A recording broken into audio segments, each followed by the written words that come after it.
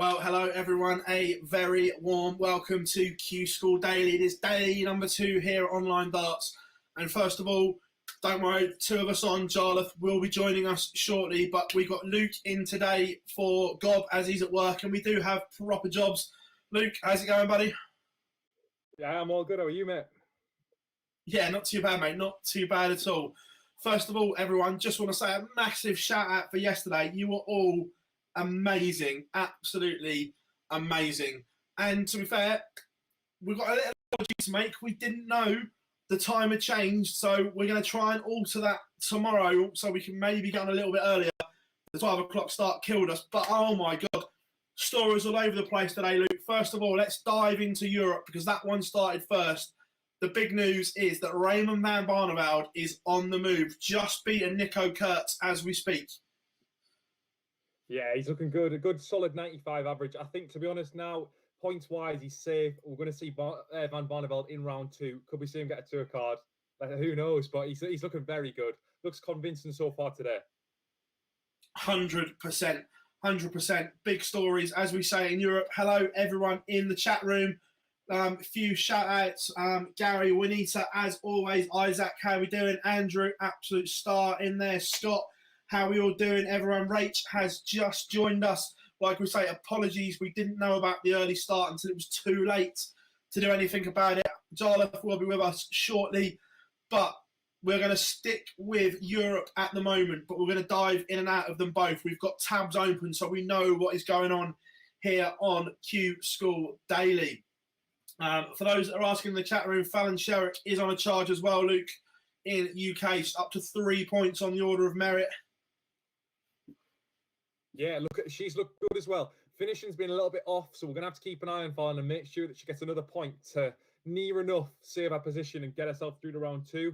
But scoring-wise, she's been fantastic so far. So if you have missed that, she's playing really well, and she's got a good chance of making it to the second stage. 100%. Also, as well, big game in terms of order of merit. Gert de Vos against Lucas Vayner, 2-2. Gert had a good day yesterday and was top of the order of merit overnight in Europe. Big game there. Vayner played some good stuff on the Euro Tour last year. In the comments, let us know what have you enjoyed so far today at Q School, both sides of the divide, whether it's the EU or the UK one. Let us know. So diving in, we're just going to look now. Vayner and de Vos 2-2, Luke. Big game, that one. Big game, yeah. Vayner's got talent. He's one of the German youth that is coming through, and he is playing well at the minute. So this could be a big game. De Vos has probably got enough points to get himself through, but for Vayner, this could be critical because he's only on 1 point so far. Needs a big day today to get himself into that next stage.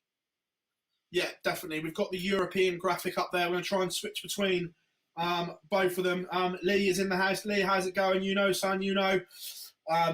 Just a taster of what we've got to come over the next few months here at Online Darts. If you're new to the channel, welcome along. If you've been here for a while, welcome back. And if you haven't yet, hit that subscribe button, everyone. Make sure you turn notifications on. We are here for all 10 days of Q School, so you don't need to go anywhere else. We've got the live blog, which Jarlath is on at the moment. We've got the live stream. We've got the roundups. We've got everything covered here at the moment. Big result potentially in UK. Aaron Monk has just won 6-2. Thanks to the guys in the chat room. The Mad Monk on a bit of a charge here as well. Luke?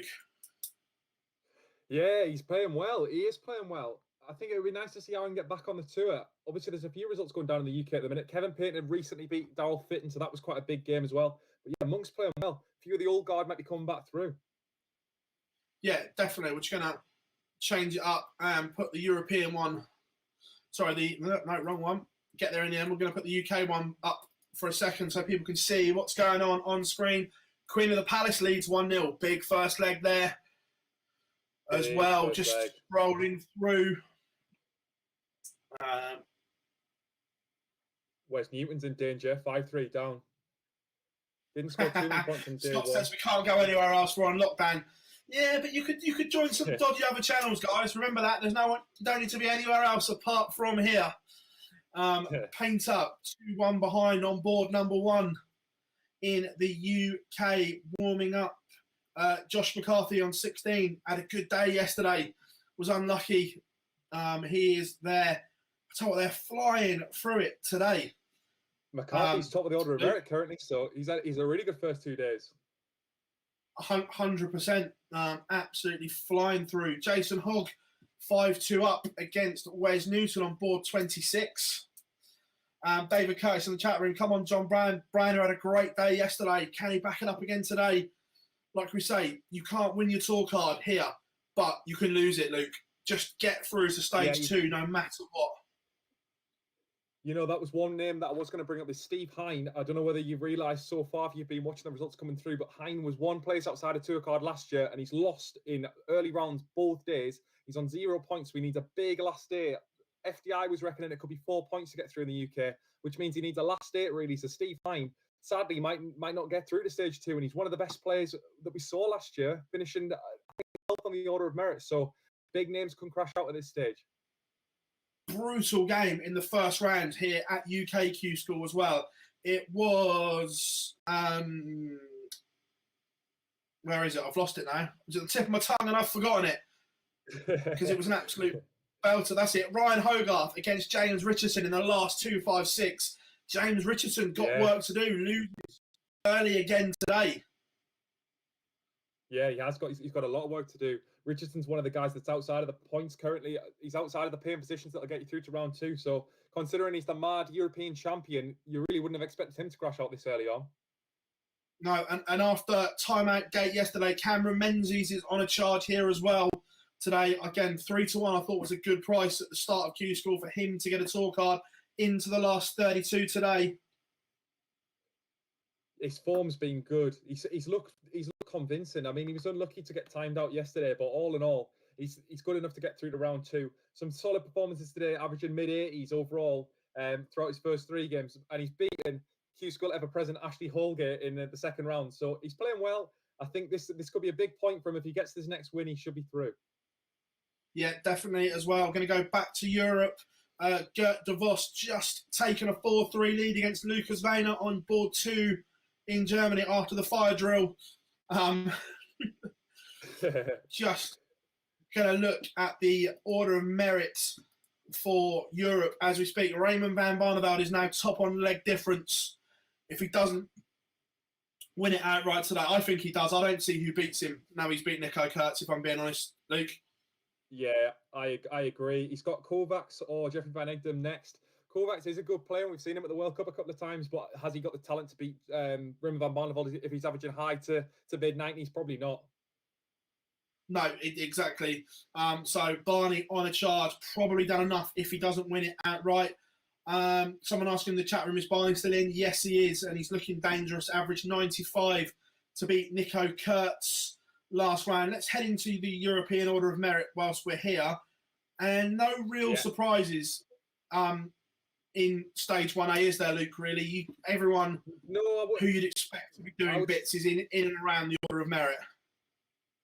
The only 2 players that I'd maybe have mentioned was Colin Hine and Rene Edam. So we've seen on the big stage a few times. Edam's got close to beating Van Gogh a few years ago at the World Championships. Those 2 have played in the German Super League not long ago. So they were the only 2 shocks that I really looked at and thought maybe they should be through to stage 2. But other than that, it's pretty much business as usual. The best players have risen to the top. So the Q School format's definitely working. Yeah, 100%. Just looking at it, few names in and around. Boris Koltsov doing some business today. Didn't have a great day yesterday, but he's up to 9th on the order of merit for Europe is Big Boris.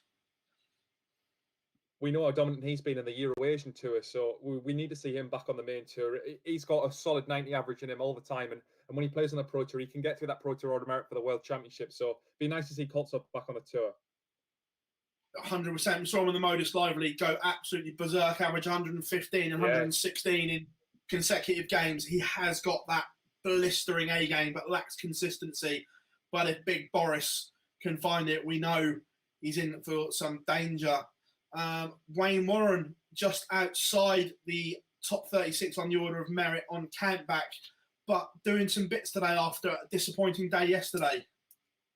Yeah, he's looked a lot better today. We've seen again mid to high 80s averages, which is probably good enough to get you through to stage 2. He's beaten Adam Smith-Neal, who had a brilliant run yesterday, so that's quite a big scalp to claim for him. But considering he's the BDO current world champion, although we won't ever see another one, We were expecting Wynn to get through quite comfortably. So yesterday was poor, but as long as he wins another game, he's looking good to get through on the points order of merit.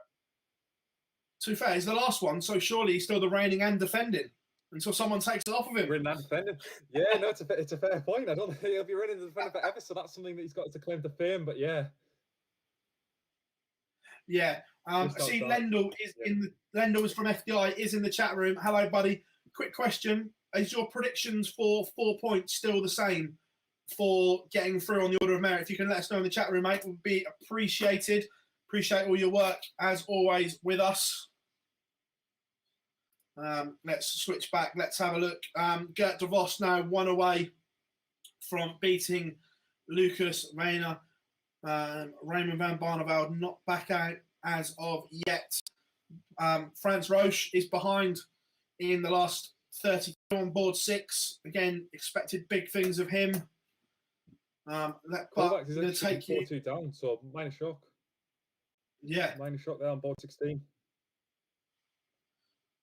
Going to go to the closing stages. It looks like Lucas Reina is going to pull a leg back. Gert de Vos back on 2.65, leaves a finish, but Reina wants tops to take it back to 5.4 in this one. There it is, 5.4. And Lendl, big news here. Lendl says, yes, 4 guarantees you in the UK, 3 in the EU. So that would mean Aaron Monk is safe. So is Brett Claydon, Peter Hudson, Kevin McDine. So we've seen a few high name players that we've seen quite a few years in the past that are pretty much safe and are there. So that's 18 players according to Lendl that will already be through in the UK. And big news, if that is correct, then Fallon Sherrock, if she wins this game, she is safe. She will be on 4 points. Yeah. Yeah. That is a big result if that happens. She is currently tied at 2-2 in this one. But let's take you back. The big game happening in EU is Gert de Vos against Lucas Reina. Gert de Vos leads 5-4. Was throwing for the match last time out, but couldn't get the job done. It's now on throw. Lucas Reina looking to hold throw to take us to an 11th and final George Noble leg. Lee has just mentioned in chat, actually, Dean Winstanley went out early, which was a bit of a shock, but Haupai Puha was a big shock. He had an okay day yesterday, but he's left himself in a little bit of danger. Needs a result on the last day to get himself through. Yeah, he's currently on 2 points, if I remember rightly. Yeah, he is. He's on 2 points, so could definitely do with a couple of wins on that last day. Otherwise, we could be seeing him head back to New Zealand. Gordon Mathers, another one, came over and is trying his hand at Q School. Hasn't gone so well so far. He's only on 1 point after 2 days. Yeah, in the chat room as well. Hey, Reese, how are we all doing? Again, any questions you've got around Q School, well, let us have them in the chat room, everyone. It's been absolutely amazing so far. But Lucas Reina on double 10 to take us to an 11th leg. Not much pressure left for that 98. De Vos still on 140.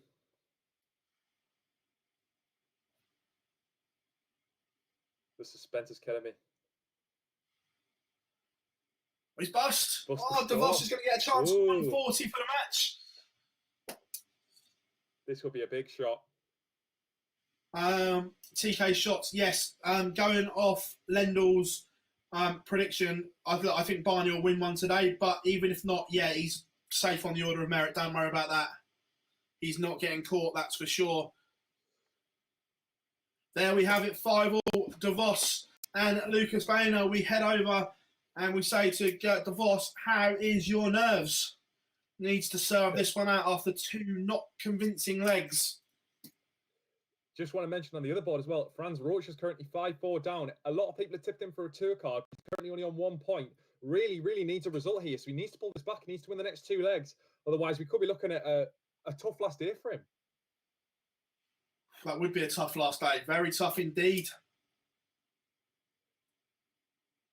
Oh my, Reina started 174 against the throw. Oh, Gert de Vos in absolute huge danger here.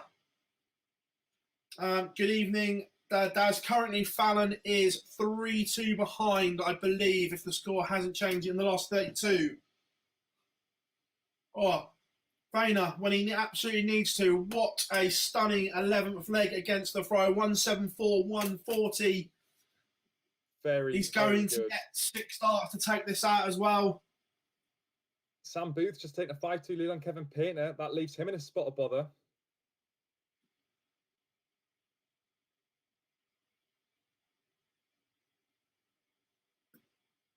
Well, 1, 2, 5. This is almost perfection from Lucas Vayner. Oh, but DeVos fights back. What I tell you what, gentlemen, what a last leg this is. Anyone that's not watching it on Darts Connect, unbelievable leg this is from both players. Being gone for an 11 darter. And he takes it 62. Unbelievable. Very good. 12 dart leg from Lucas Vayner. Good. DeVos was sat top overnight. Takes him out. Yeah, 12 dart leg to break the throw from being 5-3 down. Lucas Vayner wins 3 legs on the spin to beat Gert DeVos in Europe. Great stuff happening over there. Just going to get the order of merit up as well so we can have a look. What effect does that have on the Q School order of merit?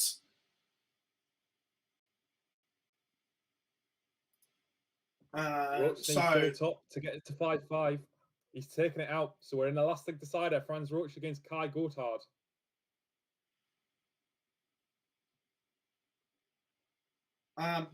Well, in the chat room, Daz, Barney's doing bits and bobs today. He's beat Nico Kurtz last round. So he is safe whether he gets one out, whether he gets a place outright. I said it yesterday, Luke, and I stand by this. I think it's good for Barney that if he doesn't win one, because I think the match practice will only help him. Yeah, I tend to agree. I think he really needed experience. He hasn't had too much competitive experience the last couple of months, has he? So at least having 2 days worth of play, even if he just win one automatically today, it's given him a couple of extra matches just to prepare him for that last stage. So yeah, I agree with you. Yeah, 100%. And again, in the chat room, absolutely loving everyone's work in the chat room. Come and say hi. Remember, please subscribe to Online Darts, your one-stop shop for everything Q School. Kovacs has broken Van Egdom, so he's back to 5-4 down. He's on throw. Could take it to a last leg decider for the chance to play Raymond van Barneveld.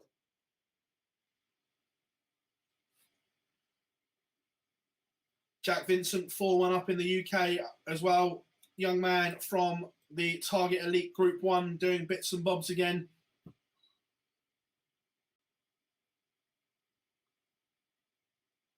Fallon 5-2 down. Yeah, Payne's just got it back to 5-3, but he's in danger as well. Canback could be getting interesting. Definitely. Cameron Menzies trails 1-0 on board 10 as we speak. Aaron Monk just back. He's won from 5-4 down. Huge result there for Franz Rush in. Saves his skin. Saves his skin. Needed that as well. Big result for the German.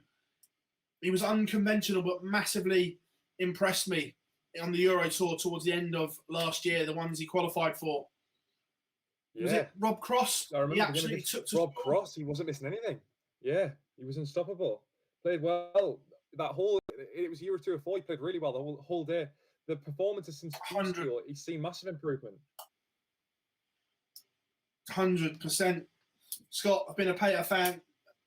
He's in some trouble here at the moment, that's for sure. Gonna switch the graphic back around, guys, as well, so we can see what's going on in Europe. So there we have it. That'll be a good game. Board 1, Wesley Placier against Lucas Vayner. That should be good. Yeah. Vayner been on an absolute high after coming through. Sherrick is on the verge of crashing out here. Ian McKenzie has 77 to take the match 6-2. Sherrick not on a finish. So we could be seeing her come back one more day. She's going to have to perform on this last day as well. Ian McKenzie's left 10. He's missed the finish.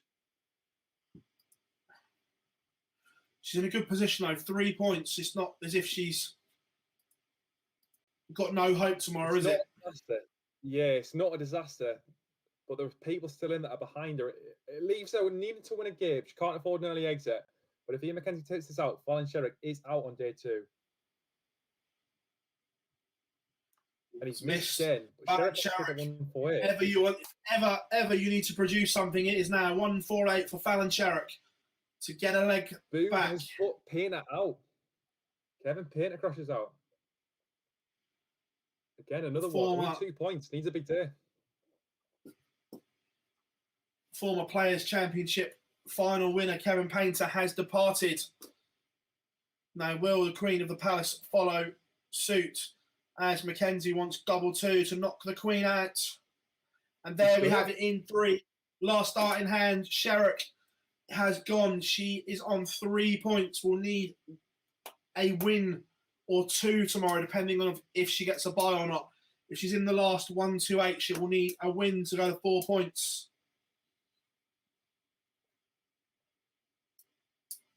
So that is done. Big result.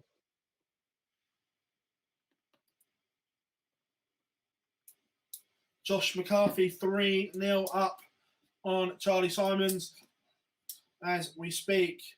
Brett Claydon 5-1 up against Stephen Gallimore. Gallimore had a good run yesterday and he's out.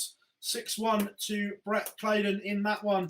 Jack Binson also 5-2 up on Jason Heaver on board 18. The young man needing one more.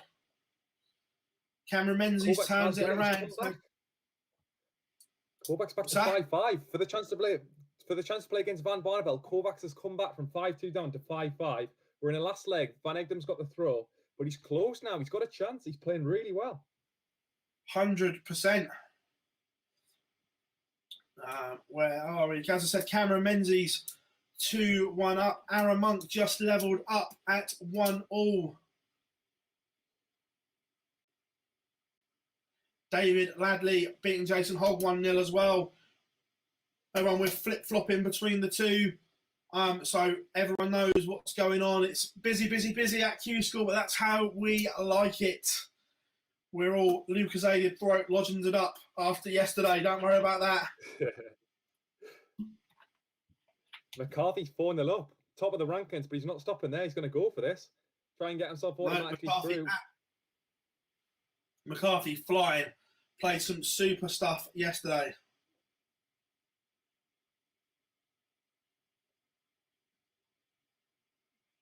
We'll try and get some info on what happened in that game. Don't know off the top of my head. Scott Hall, any news on Wayne Warren?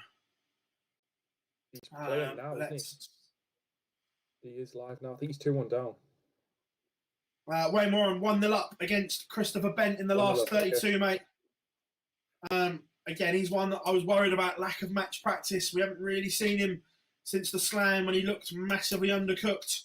The BDO World Champion. Menzies 2-all now. Seems to be getting into a rhythm. He's slowly improving. 116 average in that first leg. Not bad if he keeps that up. Looks like Aaron Monk is about to break the throw and go 2-1 up. Misses a couple of darts, but we'll be back.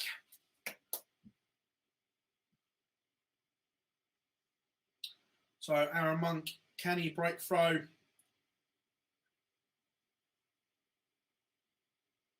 Kovacs has missed. He's left 24. Van Egdom's got 3 darts at 32 to play Van Barneveld in the next round. And Monk has bust again. Scott, thank you very much, mate. Salt Lil, thank you very much for your super like donation, whatever you want to call it. I'm not quite sure what they're called. But thank you very much anyway. We muchly appreciate all your comments. Keep the chat room absolutely buzzing. Van Egdom's won that. He's going to play Monk's Van bust Barneveld. again. 3 visits to break the throw here. Ooh.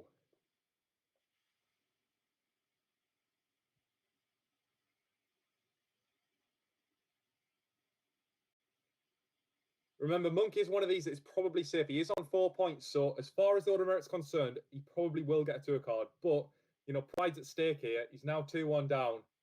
He's going to want to win this match. He's only averaging 72. Yeah. Local service, I've just put a link to Darts Connect in the chat for you, mate. That's what we're looking at. Mike, doing a great job of turning yesterday and today. Also, what's the points needed for UK and EU to get through? Lendl from FDI, who does a great job. Anyone check him out on Twitter, does an absolutely tremendous job. 4 for the UK and 3 for Europe is what he's saying. Correct, Luke? Yeah, that's correct. Yeah, that's what I've seen on Twitter. So yeah, there's a lot of players that are that's already what on we're saying. 4 points, So 19 now. 4 and 3. Kev 24-27. Is this televised? No, mate, it's not. Q School is played behind closed doors to keep everything fair. So everyone is under the same. So yeah, absolutely no TV cameras, but you can follow all the action here with us at Online Darts.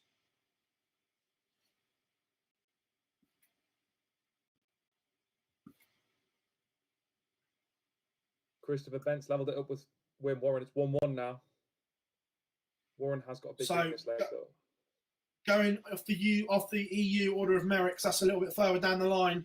There are 12 that are secure on 3 points.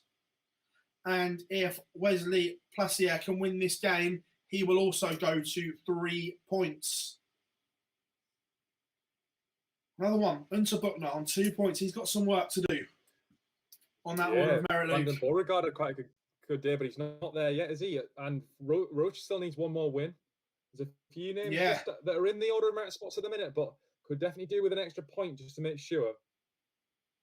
100%. Some absolute monster games warming up in Europe now as we head into the last 16. Some absolute whoppers warming up.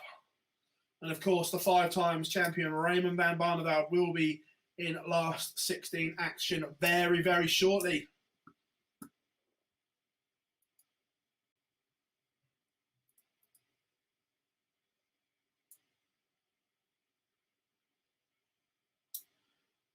So we've got a question here. How is the final stage system? So on both sides, stage 2 will be made up of 128 players in both UK and Europe. Each day there is 1 tour card on offer across the 4 days. And then after that, it is to the order of merit it goes. I don't think we've had, someone might correct me in the chat room, but I don't think we've had official confirmation of how the 29 cards are going to be split. Luke, have we? I've seen a lot of talk around 16 and 13. Yeah, I think you're right. I think it was dependent on how many players that entered each side. I'm not actually sure that we have had it officially announced, so we're still waiting on that one. AJ in the chat room, hello. Sam Tugboat said, do I not fancy a work Q School? Not good enough anymore, mate. Not good enough at all. I was all right when I was young. Played a little bit of county youth and Super League, but that was my limit. Now I just get to waffle. Ryan says, who is Barney playing the next? Raymond van Barneveld is warming up on board 8 as we speak.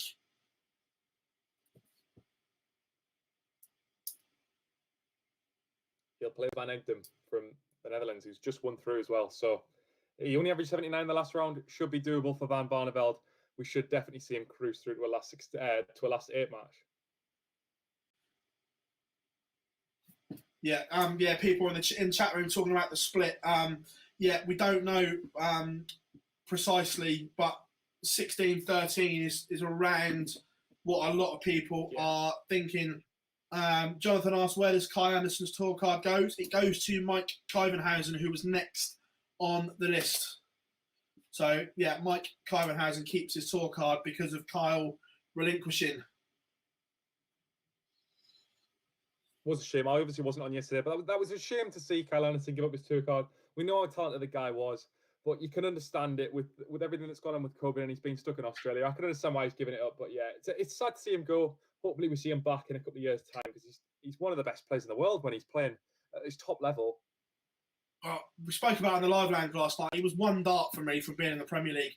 But funny you should mention that. I have got a Zoom with Kyle Anderson on Thursday. So we will get some answers from the original. That's what we wanted. Yeah, okay. Yeah, we have got Kyle on Thursday. So Look, going back to 2017, I said it on the live lounge last night, and that European Championships, it was off the back of winning in Auckland. He lost to MVG in the European Championship semi-finals 11-10. He was one visit from the Premier League. If he wins that, for me, he was in the Premier League the following year. Yeah, he could well have been. I remember back to a game of the way back on the Pro Tour in 2015, and he averaged 134. And it's like you look at the standard that he was playing at back then. Obviously, that was on the floor, but he was so talented. Even when he came over from the DPA system, he was right up there with the best straight away. Just never seemed to click in the UK. Got a bit unlucky, obviously, that year that you talk about. But yeah, it's just a shame that he never did make the Premier League. But never say never. He could come back and he could right the wrongs of the past and get himself in the future. 100%. Just going back, Mike in the chat room says, can we repeat how the final stage works? Yes, of course, mate. So on each side, it will be 128 players in Milton Keynes and in Niedernhausen. Now, every day, obviously, you play Pro Tour format. The winner, every day, will win their tour card. So 4 on each side win outright. And then after that, it goes to the order of merit. So we need confirmation on the actual split before we know where you need to be on that order of merit.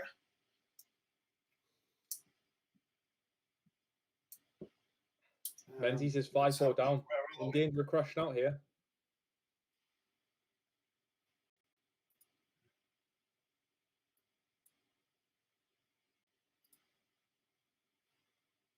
Yeah, Menzies 5-4 down.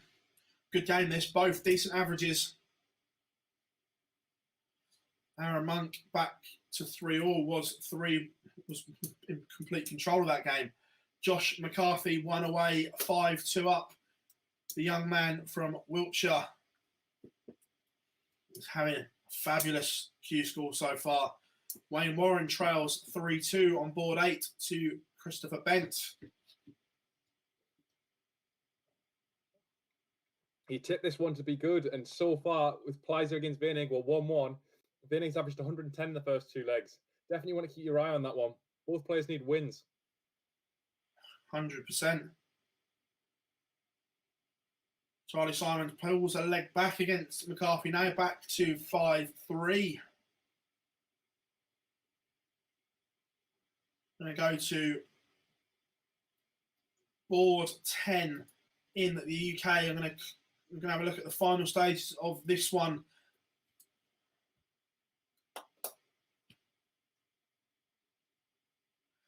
David Wanatski.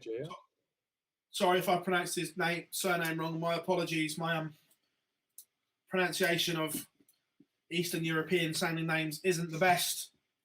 And he takes it out. 83 finish in 3 darts. Cameron Menzies has gone for the day. Good game, that one. Enjoyed that one. Menzies sat on top, having missed darts to break back and punished to the maximum. Cameron Menzies departs, but a good day. He likely needs one more win, though. If we're going off FDI's ranking, he needs one more win to get the elusive 4 points. Sat only on 3. How heartbreaking would that be if he doesn't get through on a timeout issue because he was in the Kazi? Will be a very tough one to take. I think, yeah, you've got to look and think. You've got to feel for him if that's what sets him apart. But he's had his chances there. He's been a bit unlucky, but 87 average. Would that cut it on the Pro Tour? Who knows? Probably not. So he really needs to up that tomorrow. Get himself a win. Get himself through. And then start fresh on Sunday and go for it in the last 4 days. Tugboat in the comments. Cammy can go for a jobby now. Shane McKirk 5-1 up against Sean McDonald on board 15. Again, keep those comments coming in, guys. The chat room absolutely buzzing right now. It's a question here. If Raymond van Barneveld gets his tour card, where in the order of merit do you think he'll be by the Worlds? That all depends on Raymond van Barneveld. All depends on Raymond van Barneveld's attitude and commitment. If he commits to everything, it'll be a massive danger. So, I still think Barney can. I'm not saying he's top 10 anymore, but he's certainly top 16 still. He still has the game to be there. Yeah, I agree. From what we've seen in the first few days here, averaging mid-90s. That's exactly what you need to be sort of knocking on the door of the top 32. As long as you're going to play all the Pro Tours, play the Euro Tours, then he can be getting towards that stage. We've seen what the likes of Damon Hetter has done in his first year. Remember, Barneveld's basically starting from scratch here. He's just going to go, he's got a 2-year card, but none of his money from previous years is counting. So he's got a fresh start. He pushes it with the Euro Tours, qualifies for a few major tournaments, then yeah, he could be on the cusp of the top 32. But I think it would be difficult to get seeded in this first year. Yeah. Not just that as well, obviously, with the way the Euro Tour's done, which I don't necessarily agree with, but that's for another episode, with the home nation qualifiers and that, he's going to get a huge advantage. Yeah, he will do. He'll still have to win his games. If you do qualify for the Euro Tour, this is it again, it's another one, but you qualify for the Euro Tour through the home nation qualifier, you've got to win your first game to get any money on your tour, on your Pro Tour Order of Merit and your PDC Order of Merit, but just getting yourself in that position, being able to play a host nation qualifier and win one game, and you've already got $2,000 in your Order of Merit, that's huge. So it could be a big head start for Van Barneveld if you can get through a few home nation qualifiers for the Euro Tours. Yeah, massively. Let's dip back into the Aaron Monk game. Not playing his best here, but Leeds 5-3. Aaron Monk, of course, we're a little bit biased towards him. One, I've known him since he was a kid. And two, he's obviously wearing a Harrow yellow patch. So, yeah. Luke, if you can take the reins a second, I'm just going to bring Jarlath in. I've got to set something up on here. So Luke is going to talk you through what's going on at the moment. Yeah. So currently we're 5-3. Aaron Monk, he's against the throw. Selby Rivas has the throw, but Monk started with a ton, so not too bad. He can keep that up, do it in a 15 darter, we should be all right. And Aaron Monk will get through to this next stage. He should be through anyway. On the Order of Merit, he's currently sat on 4 points. So to be honest, both players are sat on 4, both probably safe, but pride's at stake. The chance to win through and have a rest tomorrow. Monk's going to be wanting to take this match out. 100%. Warren on currently sat 4-3 down as well. Christopher Bent's got a chance to take out double 10 for a 5-3 lead on throw. Interesting scenes. Just don't worry, Jarlath, I'm just teeing you up, mate. Just to make a few edits to things on screen, otherwise they look rubbish. We don't want that here online.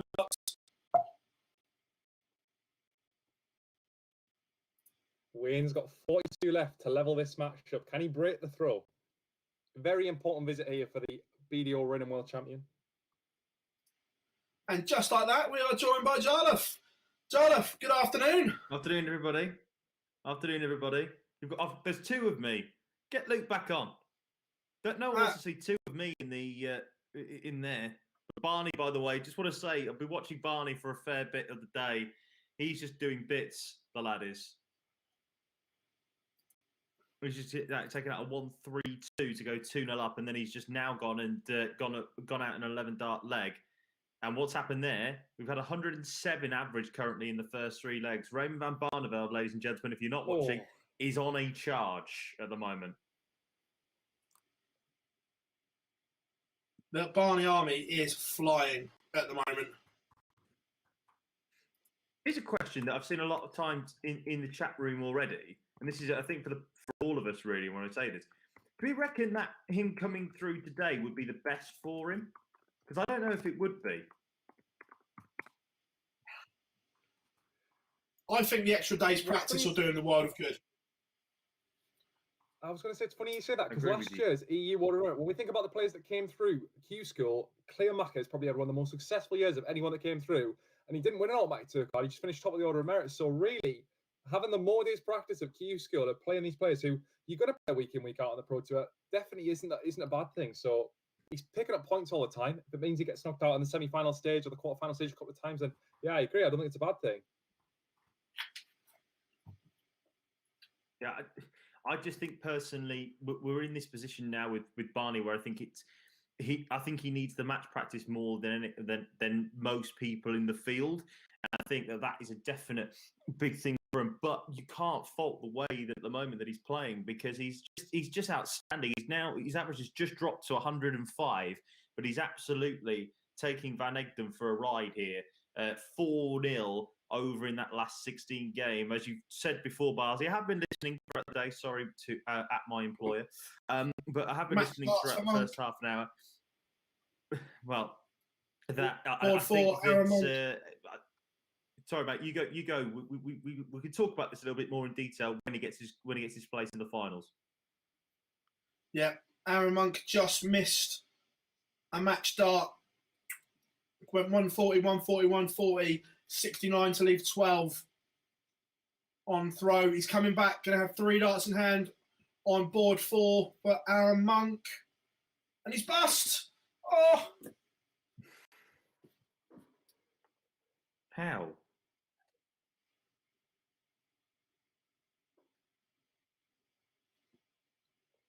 So Selby Rivas wants 80 to take us to the George Noble leg. And he's missed. Can we call it that? Comes back. Oh, yeah, it's the George Noble leg now. And I do think George is listening as well. Oh, is he? Oh, hello, up the Nobes. Monk, 3 darts in hand, has already fluffed his lines, but not this time. Aaron Monk wins 6-4, and that should be enough on the order of merit as well to take him to stage 2. Big moments here over in Europe as well, PB. We've just had we've just completed the last 32. Patrick van der Boogaard has just beaten Jens Ziegler 6-4 in that game. And we've just had our first winner of the day into the last 8 here as well. And that is Van Egelen as well. He's just come through in the last leg decider against Jeroen Michov, who's pretty damn well today. But unfortunately, not going to be the case for him in terms of going on. Van Egelen has been doing bits today, Amado Van Egelen, and he's going to go on now into the last 8. Our first player into the last 8 over in Europe. Just going to say it now. God, I was watching the Monk game. But 106 average. This is vintage, Barney. Absolute vintage. I don't disagree with you. Like, this is where he needs to be if he's going to go and do bits throughout the rest of the year. Luke, what have you got for us over? Are you watching UK stuff, my friend? I'm literally watching Plyza against Venig, and I'm captured. You know what? We said Venig was playing well in his last game against Gert de Vos. He's carried that on, averaging 99 in the first 3 legs. Currently tied 3-3, but this is a hell of a game. Both these players are already fighting for a spot. They're just 1 point outside getting in that order of merit place, getting that 3 points, which could be all important. But that's a good game so far. Keep your eyes on that one. Well, big news coming from the UK Q School. The BDO reigning and defending world champion is out. Wayne Warren loses 6-4 to Christopher Bent. Not too sure exactly how that might affect his chances of getting through tomorrow. But he's only on 2 points, and that is a big story. He's going to have to win a couple of games tomorrow if he's going to make the last stages of Q School. So Wayne Warren out in 2, losing 6-4 to Christopher Bent. In the UK as well, big game starting on board 9 in the last 32. 2 players that have had both decent days. Mike Warburton against Jack Vincent. Looking forward to following this one. Big moments indeed. I should stress as well, by the way, ladies and gentlemen, that I'm also doing the live blog at the same time. So it's not that I'm just typing away like there's no tomorrow. But this is what's going on at this moment in time. 4-2 now. Raymond van Barneveld now leads against Jeffrey Van Agden. Could there be a comeback? Probably not. But we have to try and hype it up a little bit. Barney's left the 170. Is he going to take out the big fish? Everyone loves the fish. Taken out once today.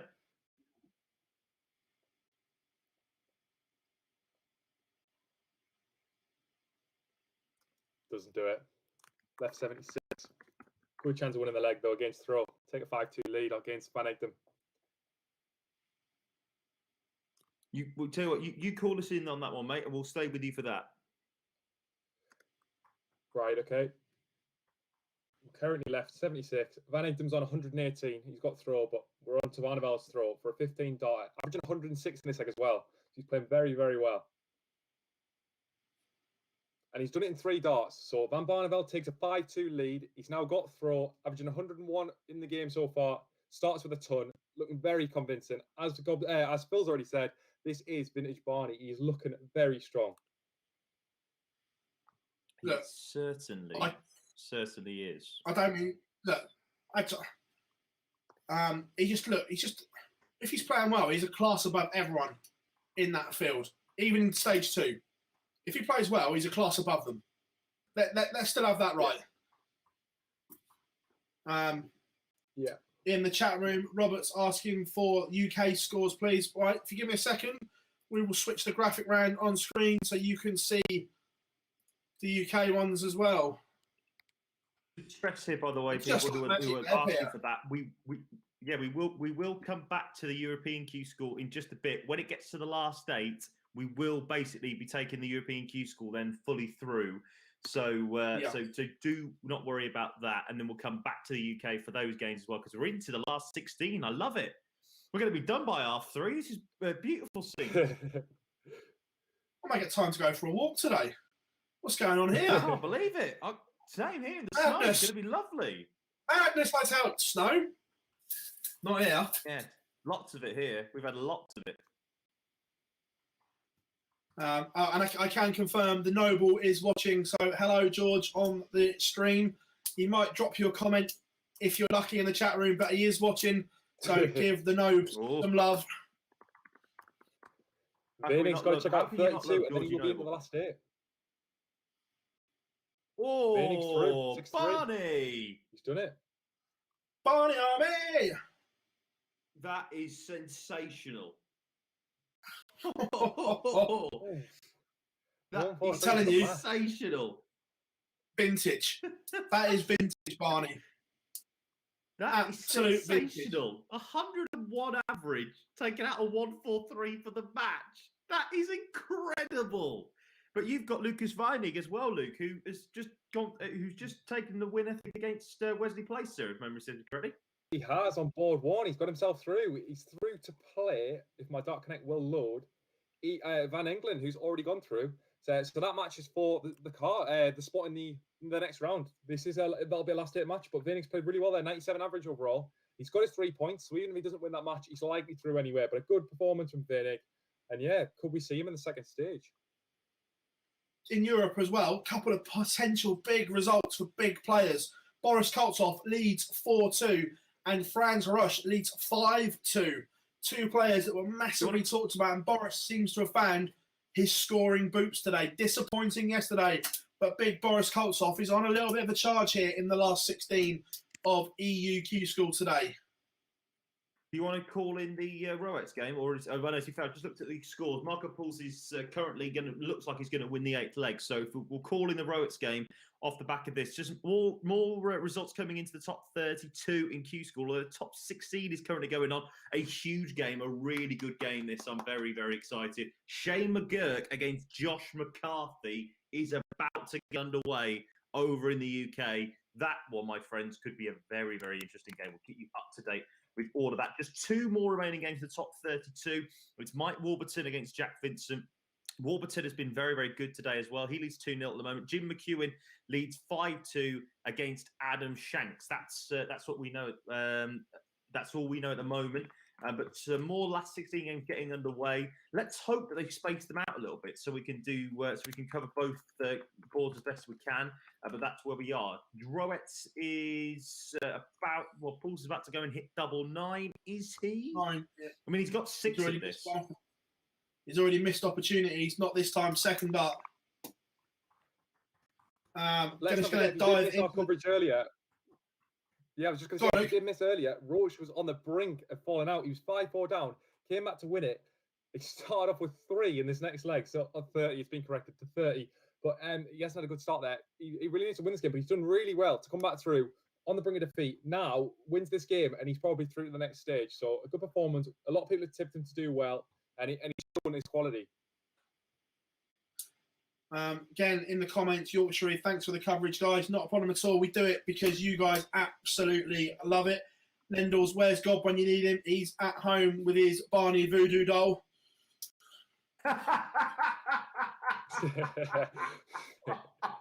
Can we please call him? I don't know where he is. He's in the chat room, to be fair. He replied, Who is he? George Noble is a poor man's Gobby. Lee says, hang on, sorry. Lee says, as Jonathan the Gando impression, he treated if he could follow up with the George Noble impression. Well, we'll see. We'll see.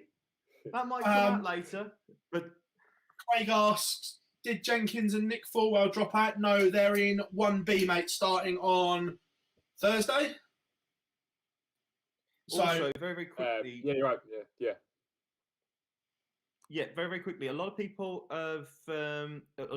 say, Connor Scott, by the way, obviously he's watching. He's obviously playing some really good stuff as well earlier on. He played some very good stuff yesterday in particular.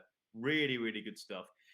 Also, just to say around that, a lot of people asking about Americans like Matt Campbell, Danny Baggish, and Danny Lowry. They're all in the 1B section.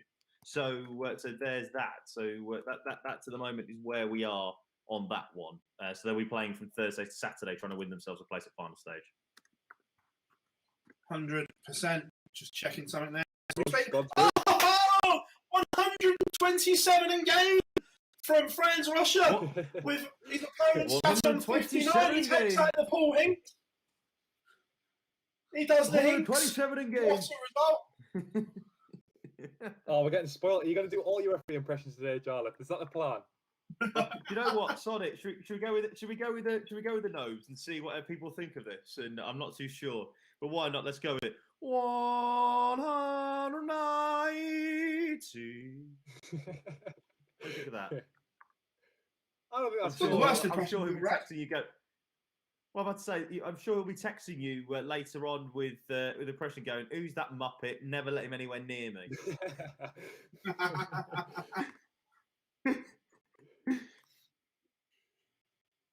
People are asking where they can watch this live. Unfortunately, the only place that you can watch it live is on Dark Connect. What we're doing basically at the moment, there is no live video stream of this one. No, none whatsoever. No cameras at Q School. That's the rules. That's what I said. My impression sounds like bunting. Yeah, I'll take that. I want to see you try your rendition of Gold. What? Sorry. Of Gold when Stephen Bunting tried that at the Euro Tour.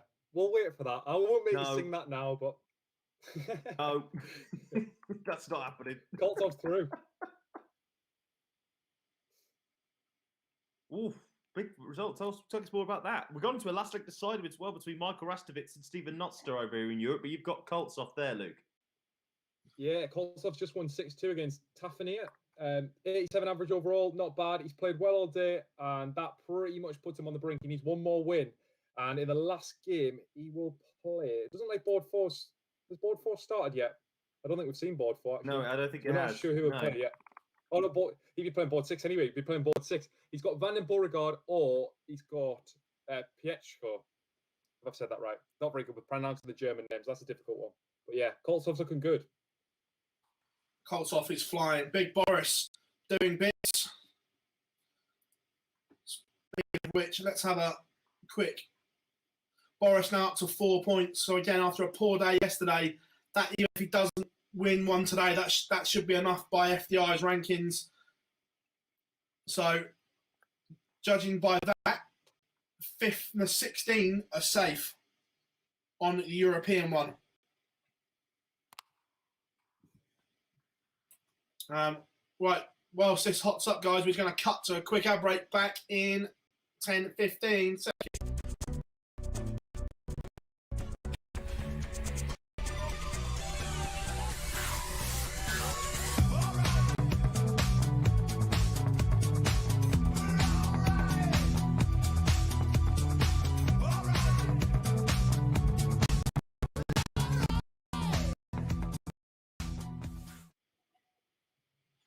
And there we have it. We are back, and Big news. Just like that.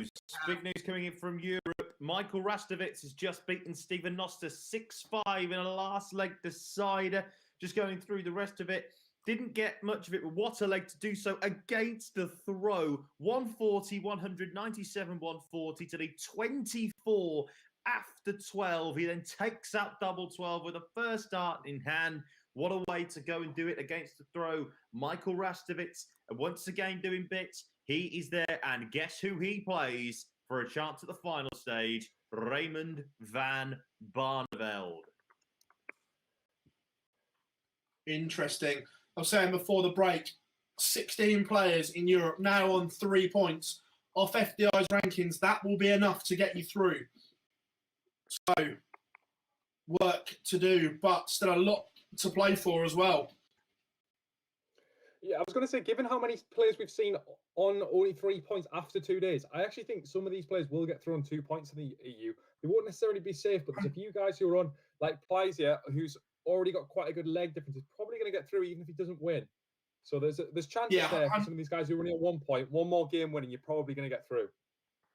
100%. Yeah, I think 2 points will take some of these through as well, mate. Completely agree with that one. Yeah, don't disagree. Do not disagree. First result comes through in the UK in the top 16. Ian McKenzie, who took out Fallon Sherrick in the next round, is having a blinder of a day at this moment in time. Just going to go through and just check his full game because he's dropped 7 legs over 4 games. Averaged beating Cameron Hodgson 6-0, Scott Hope 6-4, then Fallon Sherrick 6-2, and now Carl Beattie 6-1 with a 94.2 average. Ian McKenzie is now 1 game away from potentially getting a place at the final stage. Big moment there. We're waiting on a couple of results in the top 32. Sam Booth, who also had a very good day yesterday, he's just beaten John Brown as well to go through. He goes through 6-3. And Booth, I think, if memory serves me correctly, is towards the top echelons of the order of merit anyway as it is. He's actually number 7 as we speak. So he's now got, well, he's gone into number 6. Well, he's gone to number 5 now because he's got to 6 points. So that's a big result for him. Yeah, and some breaking WhatsApp news. Jar, the Noble has rated your impression a 6 out of 10. Very solid. He said cheers. I'll take that. I was expecting him to go with a 3, but I'll happily have that. That will be going on the CV. Thank you, Mr. Noble. Thank you, Mr. Noble. Mike Warburton 3-1 up against Jack Vincent as well. Warburton doing bits, played some steady stuff yesterday, and I think, again, I'm going to go back to our trusted dartsrankings.com. This is always open on my screen, by the way. Yeah. Always. You know what? That's the thing. With you, and I know this is a fact, that you basically, whenever you carry around, your most important bookmark is dartsrankings.com. 100%. Mike's on 4 points. If he wins this game, he goes to 5. That will be enough, I think. So, again, I'll tell you what, just look at the UK one. I'm not sure 4 points is going to be enough. Yeah, I was about to say that. I'm not sure 4 is enough. Or it'll be 4 and leg difference. Yeah, it might just be enough in terms of leg difference. And I think the problem with it is the fact that I think a few people will obviously go out tomorrow without having, potentially that last round of 2, 5, 6, which may help those players on 4. Gerard, Fallon lost last round, but she's in a good place in the order of merit. We think she's going to need a point, maybe 2 tomorrow to get through. She played some beautiful stuff early on today, especially. Just come up short in the end, but played some decent stuff, did the Queen.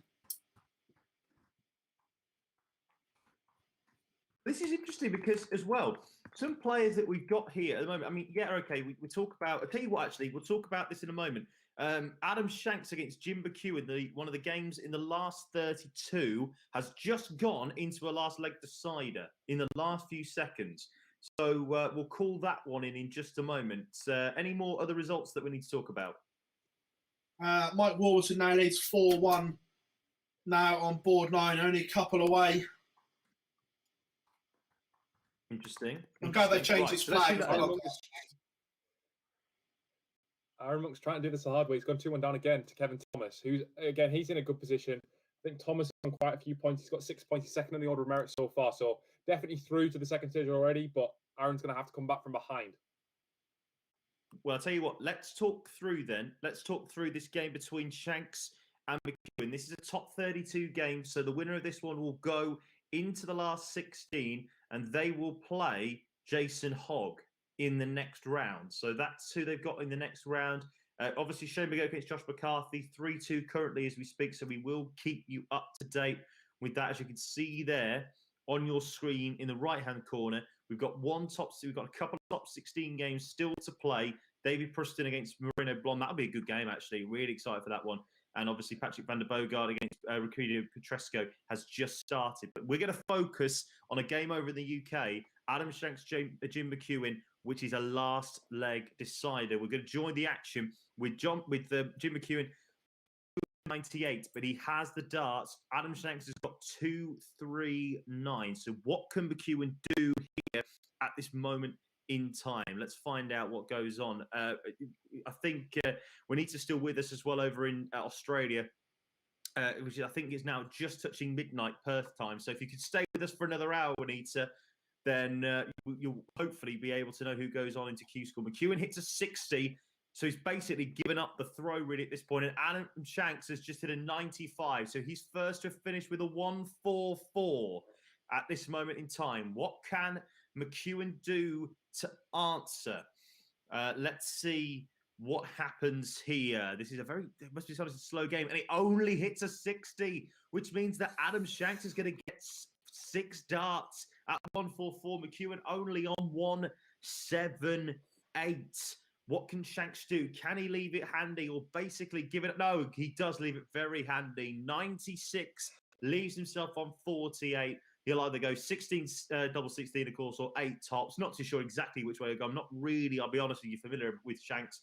But let's see what happens. Can McEwen pressure him? He can. He leaves a ton. So he leaves himself 78. But Shanks now should get 2 darts at a double. We won't know which double he takes out if he does take it out.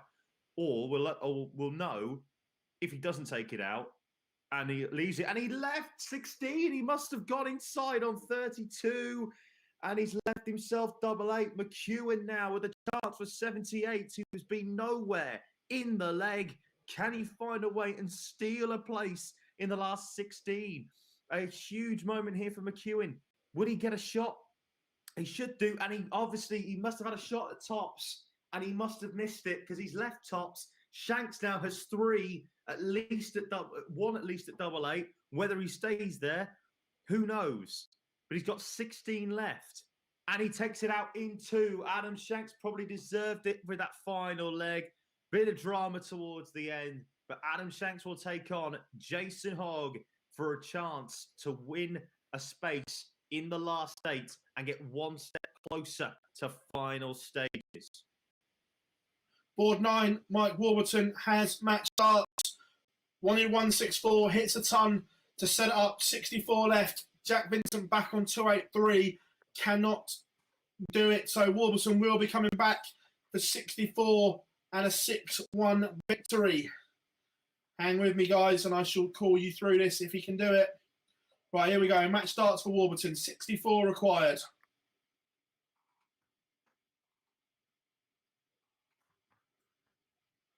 Suspense is worse, not being able to see. Oh, it is, isn't it? So bad.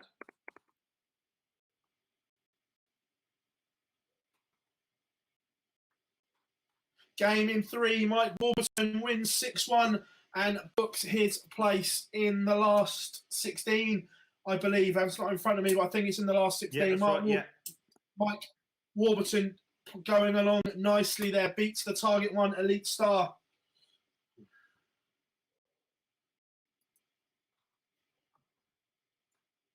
Game thing going on at the moment in Europe. Obviously got Patrick van der Bogaard taking on Ricardo Petresco, 1-1 in that game. Over in the UK, big game going on at the moment, I'd say, is between Shane McGurk and Josh McCarthy. Luke, have you been watching that one for us, mate? I have, yeah. Josh McCarthy's continuing to impress. We've seen him play well all day. Shane McGurk's just hit a 180, but Josh McCarthy, I would still say, is in prime position to take this leg out and take a 5-3 lead. He obviously is playing well. He's right up there on the order of merit, still top currently, and a win would send him one win away from getting an automatic place in stage 2. And in the chat room, comments, the lad in the top left looks like James Corden. I'll take that, and I do like a chicken booner. What about a lamb booner and lamb poppadoms? And a prawn booner. And mushroom rice, human harm, 9 pompadums. And yes, I do watch Gavin and Stacey. Absolute hero.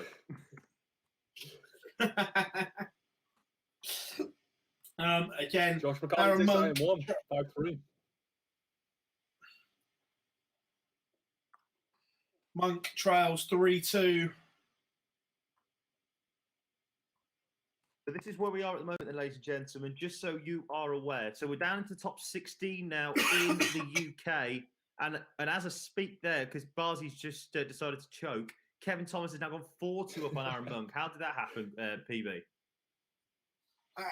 Look, Monk's not at his best there, but he's just doing enough is the thing. I think he's already safe on the order of merit. He won't know that, obviously. But, again, he's one that, like Barney, I think it will do him... Might not do him good right now, but I think an extra day's practice will do him good as well because he hasn't played an awful lot of competitive stuff.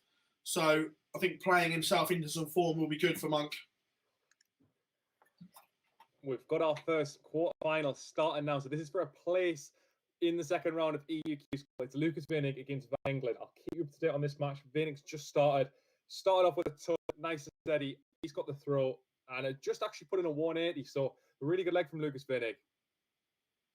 I'll tell you what, then, if you're going to do that, I will jump onto the Shane McGurk against Josh McCarthy game. This is for the 3rd spot in the last 8, and Josh McCarthy is currently on 180 left, but Shane McGurk should hit a 133 to at least leave the finish. He's left a 160, so obviously he'll need 2 treble 20s and tops. But then Josh McCarthy just goes and hits a 135 to leave 45 left.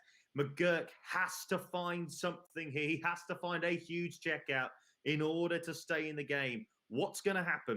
Let's see what happens. Can Shane McGurk find a big finish? No, he can't. Can only hit 60. So Josh McCarthy, who was impressed, he obviously made the finals yesterday. A chance to make the last 8 today. Once again, can he do it?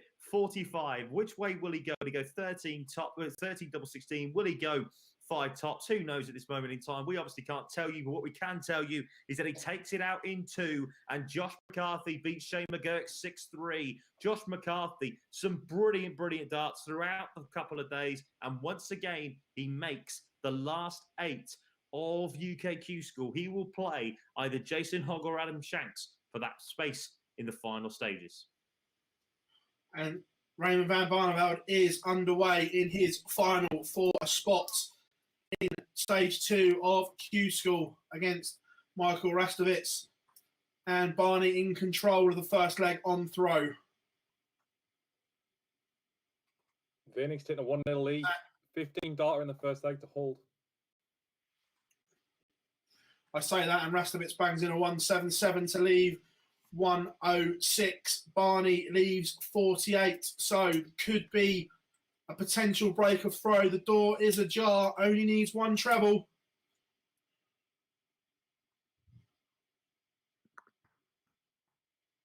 Cannot take it, leaves 36, so Barney 48 for a hold in the opener.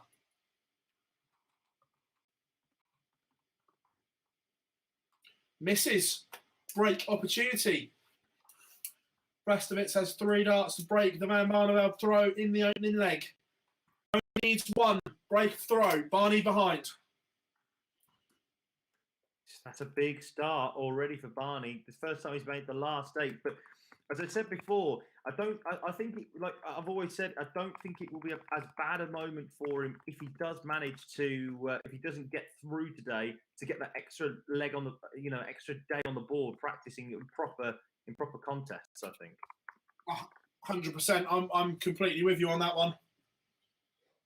For me, I think the longer Barney spends on the board, the better.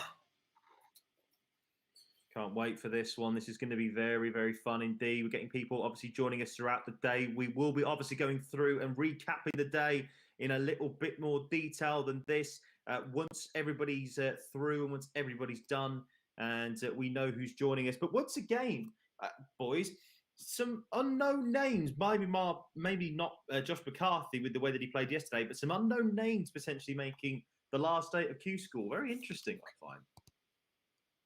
100%. And I'll never forget, Paul Nicholson summed it up well. The first time he went back to Q School, you leave your reputation at the door.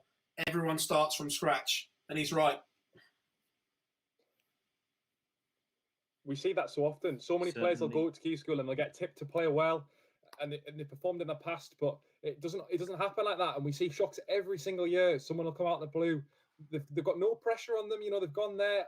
It's just a dream at the end of the day. No one's expecting to get a tour card, but then when you go and perform, you've got to perform for what? In the past, it was 6 matches. You win all 6, you're through. You're on the PDC Pro Tour for the next 2 years. Barney looking to break back here, 54, as Rastovich tees up 24, but might not get a go.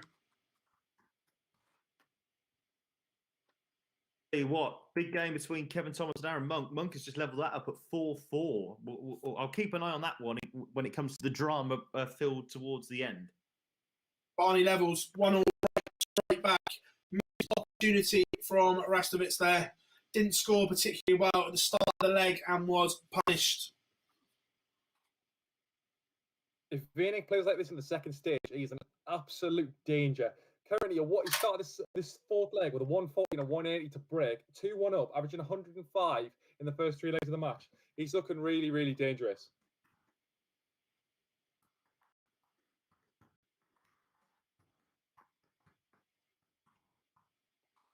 Big moments, of course, throughout the day then here at Q School. As we say, what we'll do is we will go through the day in more detail once we know who's through, who's not.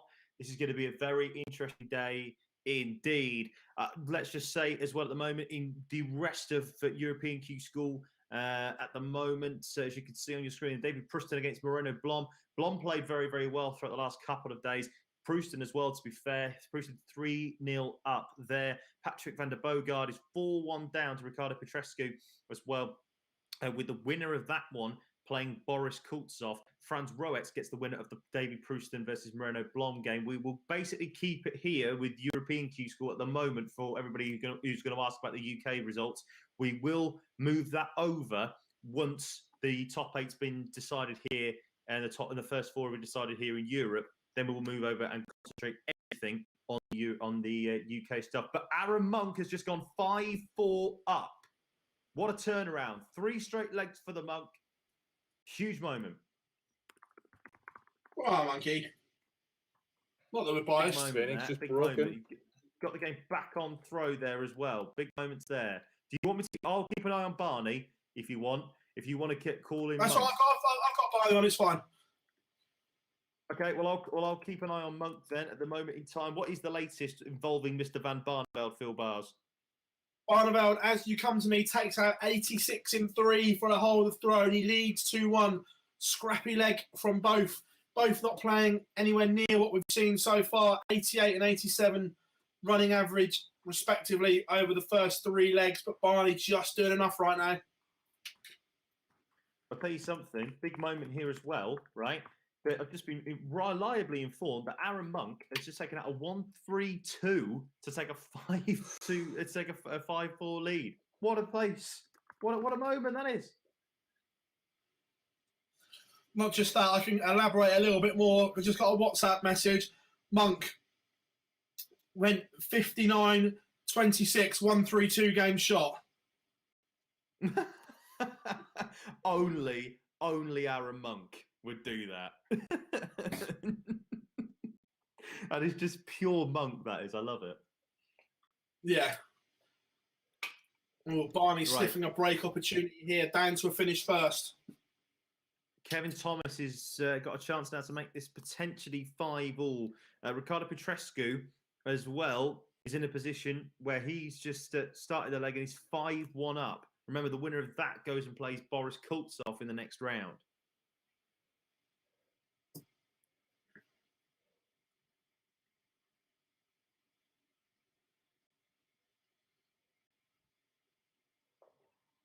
Goodness me, we could be having Lucas two Vinning's at straight 18. games here. Yeah, Lucas Go on, Vinning's at go on, 18. Luke. After 15 darts here, he's still averaging 102. Now, we always say the benchmark is if you can hit 15 darters pretty consistently, then you're up there with the best in the world. If he keeps this standing up, he's taking it out in one. It takes a 4-1 lead, averaging 100 across the first 5 legs. He looks really strong. This could be the first man that we see through to stage 2 today. Well, Kevin Thomas has just taken out a ton checkout to go to 5-all. And Peter Hudson has just taken out a shot as well, an 81 shot to go out in 12 darts as well. So we've got 2 last leg deciders happening straight away here at UK Q School. What a moment this is. Rest of its levels at 2-all. Bit of a missed opportunity there. Barney had his opportunity.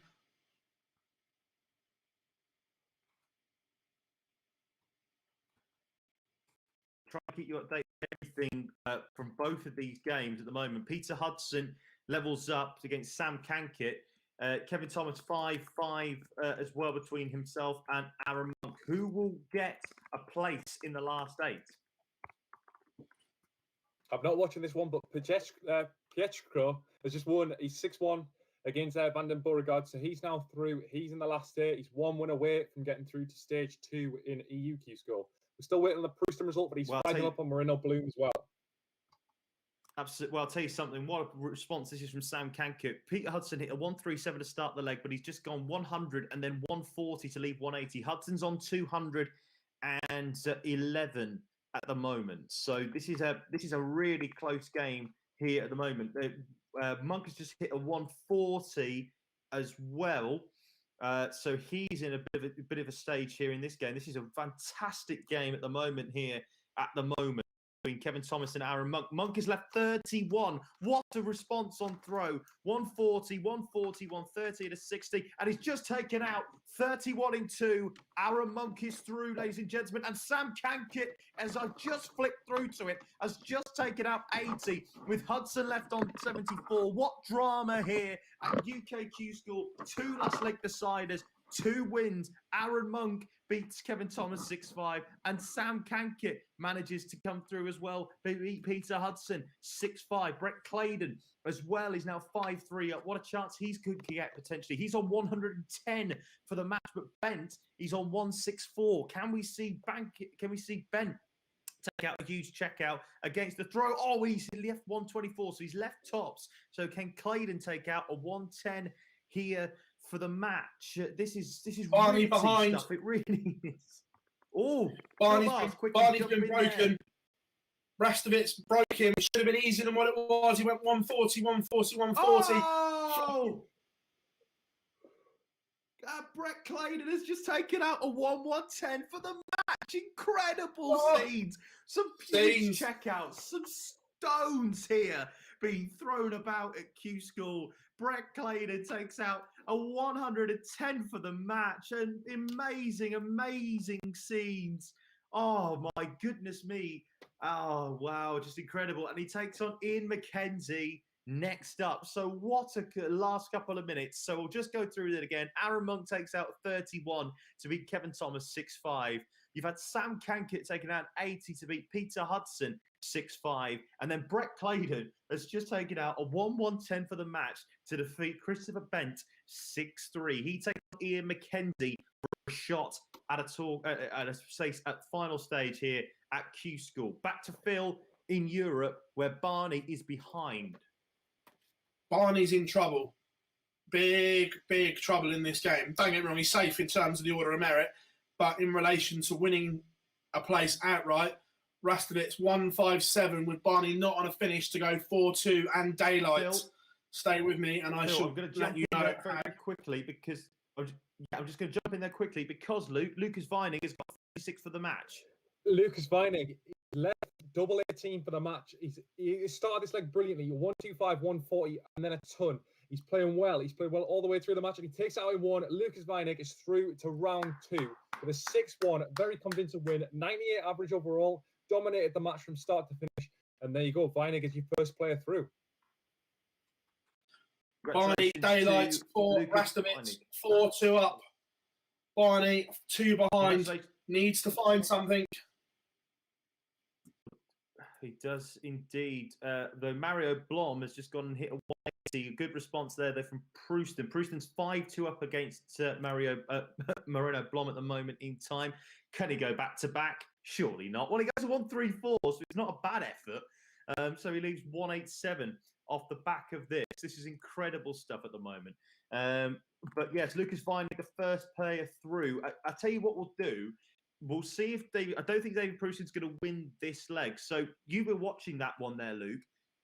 What did you expect? What did you see there from Vining with a 98 average? That was incredible stuff from what it looked like anyway, at least. Yeah, if I remember rightly, Vining didn't hit higher than a 16 darter. He was playing phenomenal all the way through the match, controlled it really well. Sometimes his scoring phase, first 9 darts, was absolutely excellent. Sometimes we saw the setup shots weren't as good as they could be. But as far as I'm concerned, you can only beat what's put in front of you. And for me, Vining dismissed that match very, very well. He was highly convincing. I think what we saw from him, there you go, the last 4 legs were all 16 darters, which again, that's good enough to compete with the guys on the Pro Tour. We know that a 93, 94 average is good enough to fight with him. And he played really well, really convincing stuff. Phil Bars, I'll just quickly check in here. Yes, Moreno Blom has just taken out the checkout to go 5-3 down, but David Prouston now has the darts. What's the latest between Rastovitz and Barney? Barney should get one back and go 4-3 here. He's left a tricky 7-7, but it's only on throw with Rastovitz sat on top. So this really has to go. If it doesn't, he's in a whole heap.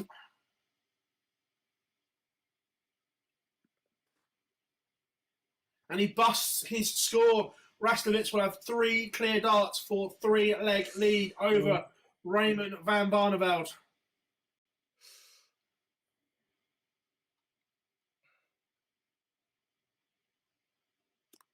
Rastovitz is on the brink of victory, leads 5-2, last dart in hand, like a jab to the solar plexus.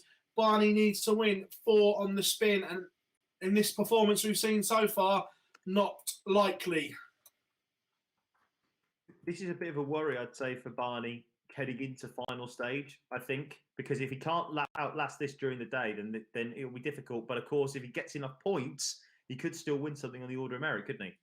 So this shows the lack of match practice Barney's had. The later the day goes, the tougher he's finding it. So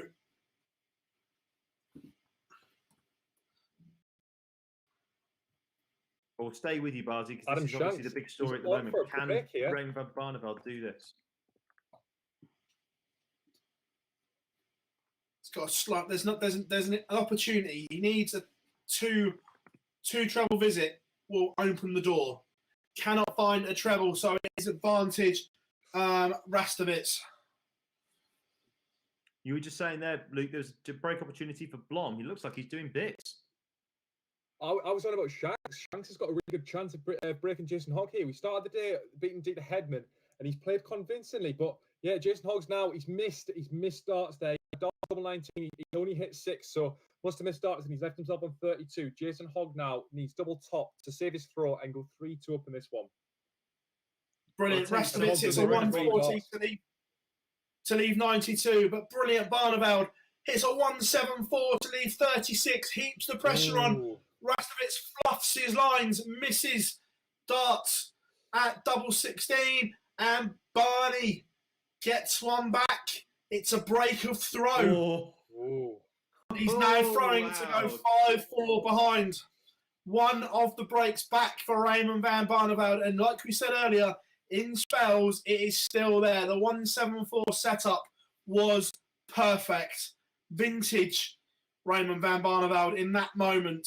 And he started strong here. Rastovitz, no treble. Well, David Prouston has just lost the last 2 legs. Mario Blom has just got a leg back to 5-4. Now, Prouston is now is now throwing.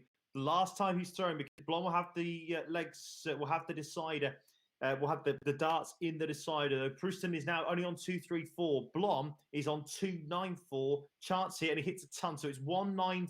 So he's leading by 40. Can Prouston hold on? Please feel free to jump over me at any stage. But if when we get down to a finish in that will do between Rastovitz and Barney. But it's Prouston now a 1-3-8.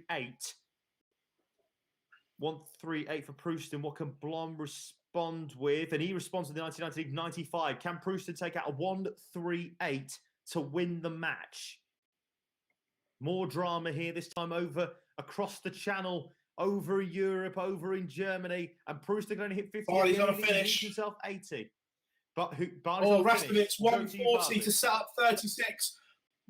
Perfect from Rastovich to lead 36. Barney, 82 on throw. Has to go.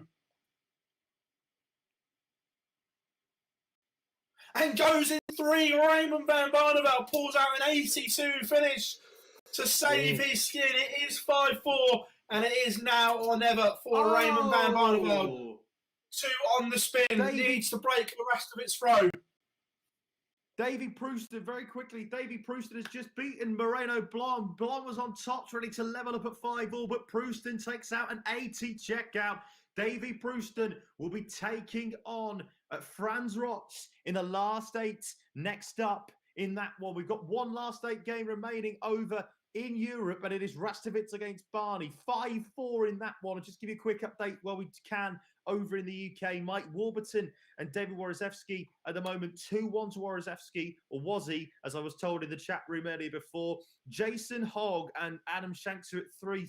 We'll come to Luke in just a little bit on that one. But Phil Bars, you are watching this great game between Rastovich and Barney. Can Barney pull off the fight back? We're coming to you.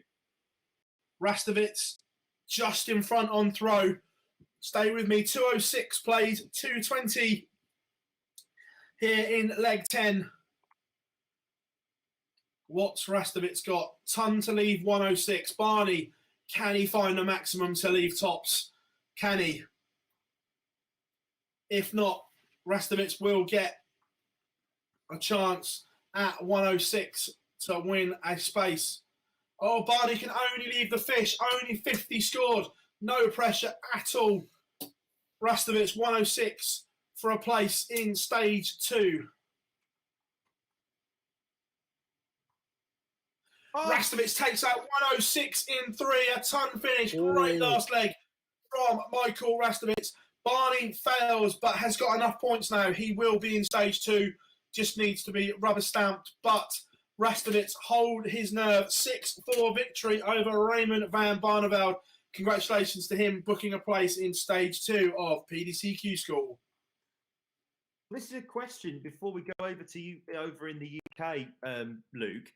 This is a big, I think this is a blessing in disguise for Barney. If he wants to play tomorrow, like he doesn't have to and he'd still qualify, but he'll play obviously.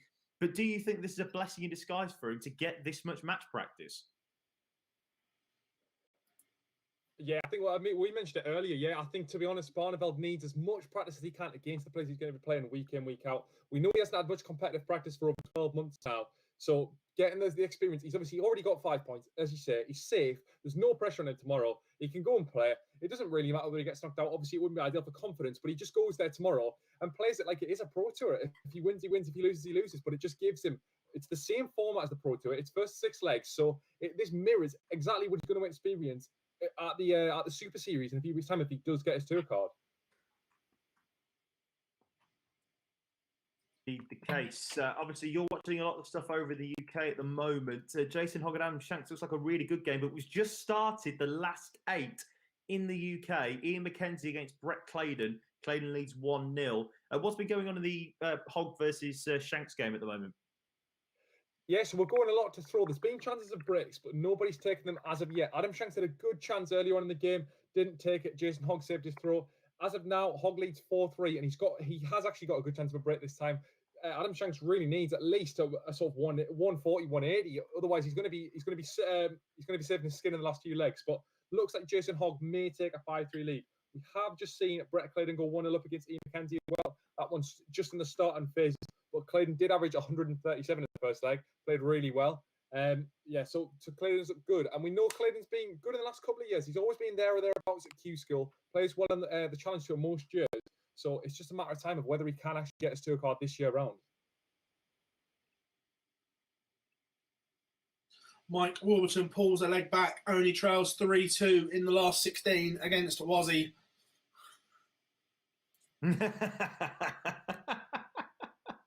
We're We're going to be in this interesting now because this is interesting because we've got the top 8. We've got 2 top 8 games now on the way as well. Sam Booth against Aaron Monk has just happened. It's just kicked off. We still have got 2 more top 8 games to play over in the UK. We've got 2 top 8 games left in Europe. So we've got 4 spots left. Boris Koltsov has just gone 1-0 down to Ricardo Petrescu of Germany in that one there. So there's plenty still to happen here at European Q School. 1 more game left, obviously. David Proustin against Franz Roets. That hasn't actually begun yet. But Phoebe, I think it's best if we flick back on the UK to the UK lot. It's the UK results on the right-hand side there. And we'll come back to Europe in a little bit because we've got 4 games currently going on in the UK. So there you go. And as you can see, ladies and gentlemen, I'm about to say, as we can see, Jason Hogg 5-3 up against Adam Shanks. What happened there in that leg? Yeah, 13 data, good finish as well. Hoggs again. He's looking consistent, and the scoring phase of his game is leaving him enough chances. Adam Shanks was nowhere near in the end. Good chance of a break, and he took it. Adam didn't get darts, so right now we've only seen it throughout the day around about an 80 average from Adam Shanks. Pretty similar to what we saw sort of from Aaron Beanie, but I guess this is the stage where we find out which players can make it to the second stage, but then hopefully with consistency coming through, we see the players either race their game and average 90 plus over 4 days or win a 2-card automatically. But as of now, Jason Hogg is currently left in 208. Adam Shanks has just hit a 180. He's left himself a 120 to break. So he's this game's it's nip and tuck is pretty close actually. Monk in trouble, looking like there's going to be a break for Sam Booth to lead 2-0 at the moment. The door didn't really take advantage, but Monk 2-6-2 needs to be careful here.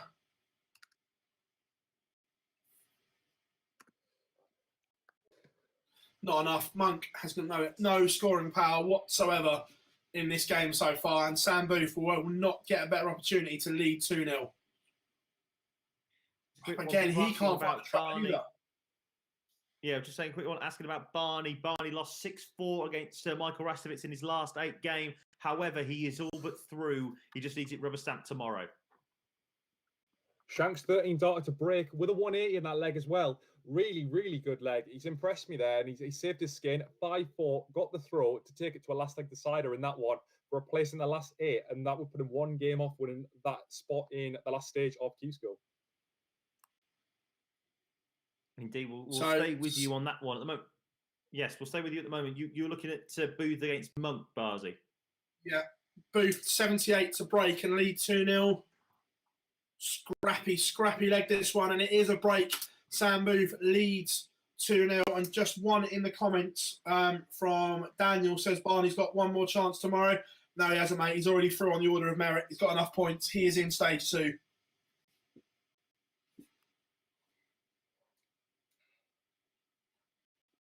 Monk in a whole world of trouble here, only averaging 62.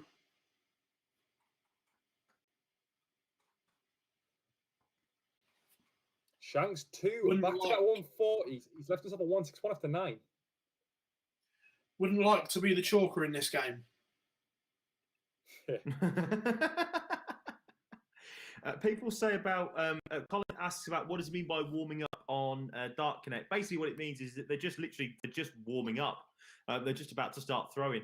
They're just getting in their warm-up round before they then decide to throw for the bull. But at the moment, then over in Europe, Franz Roets has just started against Davy Proustin, and Boris Koltsov and Ricardo Petrescu level up at 1 apiece over there. So all remaining games in Europe are now underway.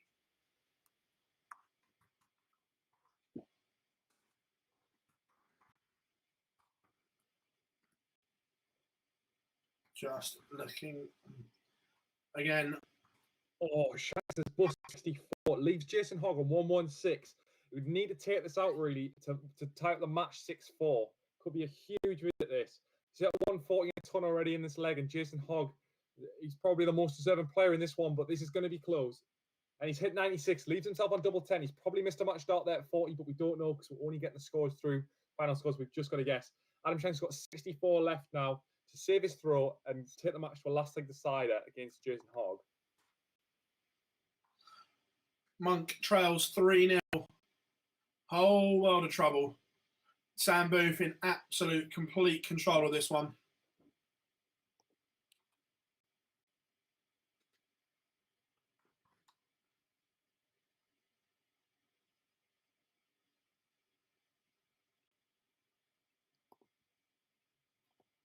Oh, this is chance after chance. Shanks has missed 2 chances, 6 starts at 64, and Hogg's just gone and hit 15. He had 3 clear darts at double 10.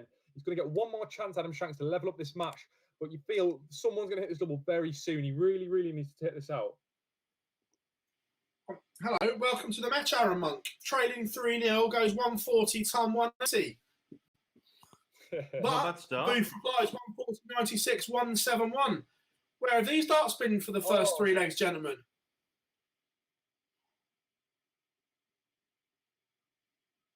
Shanks is having an absolute nightmare. He's missed another 3 darts at double. Jason Hogg surely is going to wrap this game up here. He's got 5 left, probably 1 double 2. Will we see him take it out?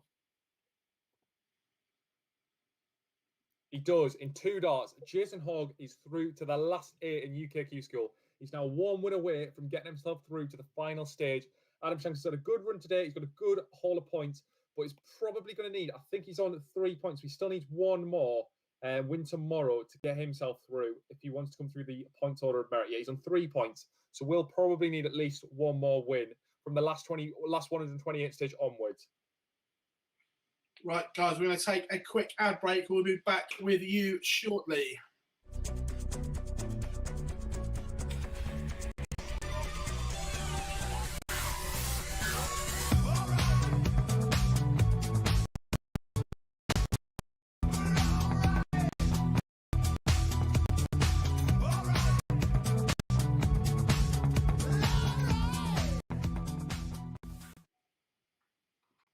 And back in the room we are. Coming back to me, Monk gets a leg on the board, trails 3-1, but still with a massive, massive mountain to climb here. Tell you what, a couple of good games going on just there. Missed darts. Yeah, go on, sorry, go on, mate. You go. Yeah, Mackenzie's just missed. He's just missed darts for a 12 darter there to take a 4-1 lead over Brett Clayton. He's left 16 after 12 on throw. Again, he's looking strong at this position. 92 average in the game so far for both players. We'll just wait and see whether this score comes through for Ian Mackenzie. But as of right now, 3 clear darts at double 8. He takes it out. So 4-1 lead for Ian Mackenzie. Brett Clayton is on throw. I'll tell you what we'll do then. Just a quick one from Europe. Obviously, you can't see it on the screens because we've got a couple more games going on there in Britain in the UKQ school. Franz Roetz is 1-0 up against Davy Prouston. Boris Kultsov and Ricardo Petrescu 2-2 in what can only be described as an attritional game of darts at the moment in time. Although Petrescu at the moment is averaging 94 in comparison to Kultsov's 985, but he's just hit a 22 as Petrescu. So that's not good news at all. Kultsov is really, really in the stage at the moment in time. Petrescu's on 3-1-7, although there is a big game going on between Warburton and Morozowski, and Warburton's just hit a 61 checkout to go now 5-4 up. So he's got a chance now for the match in that game. That is the last 16 game that we've got to play. The winner of that one gets Sam Cankett of Wales for a place in the last 8, for a place into final stage. But Jason Hoggate's Josh McCarthy is warming up. That could be a good game as well. Come to me, big moments in this match here. Monk wants tops to break back and misses. Booth 36 for a 4-1 lead. Monk could have got this match back on the throw somehow because he's been outclassed, and it is 4-1. Big opportunity missed there from Aaron Monk.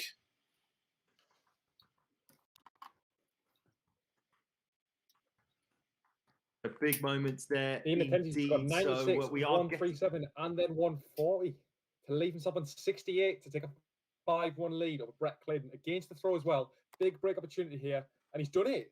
It didn't even pop up how many darts he took there, but he's taken out 68 for that leg, and he's now taken a 5-1 lead. So Ian McKenzie is one leg away from getting himself through to stage 2 in the UK Q School. Brett Claydon's up against it.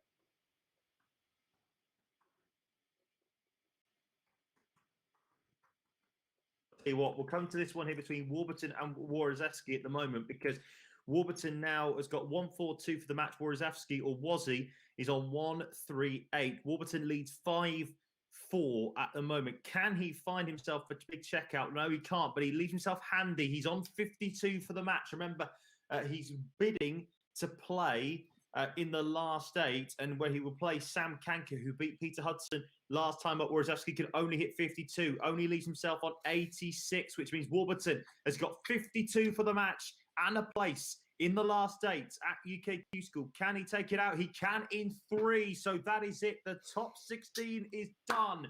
Mike Warburton beat David Woroszewski 6-4, and he will take on Sam Kankert in the next round. Big moment there between Ian McKenzie, who could be our first UK Q School winner, place of the day. We'll come back to that in a second. How's Monkey getting on, Phil Bars? He's in a strong position on throw. 1-3-3 Monk, 1-9-3 Booth. Only leaves 74. It could have been better, but what pressure will this 74 be under to get back to 4-2? Not enough. Is the Booth only hit 60 to leave 1-3-3. So Monk 74 to double his tally in this game. Cannot take it. Only scores 42 to leave 32. So can Sam Booth take out 1-3-3 to move to within 1 of the match? No is the answer. Monk gets a lifeline. So 32 for 4-2.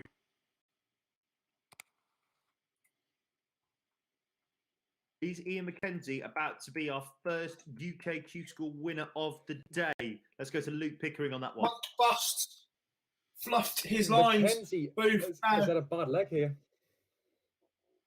Yeah, go for it, Phil. 36 points for 5-1 and takes him to the summit.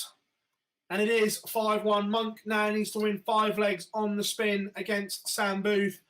Unlikely, I'd say right now, guys. Claydon break. 5-2. McKenzie has had an off leg there. Claydon's come back at him. He's won the leg.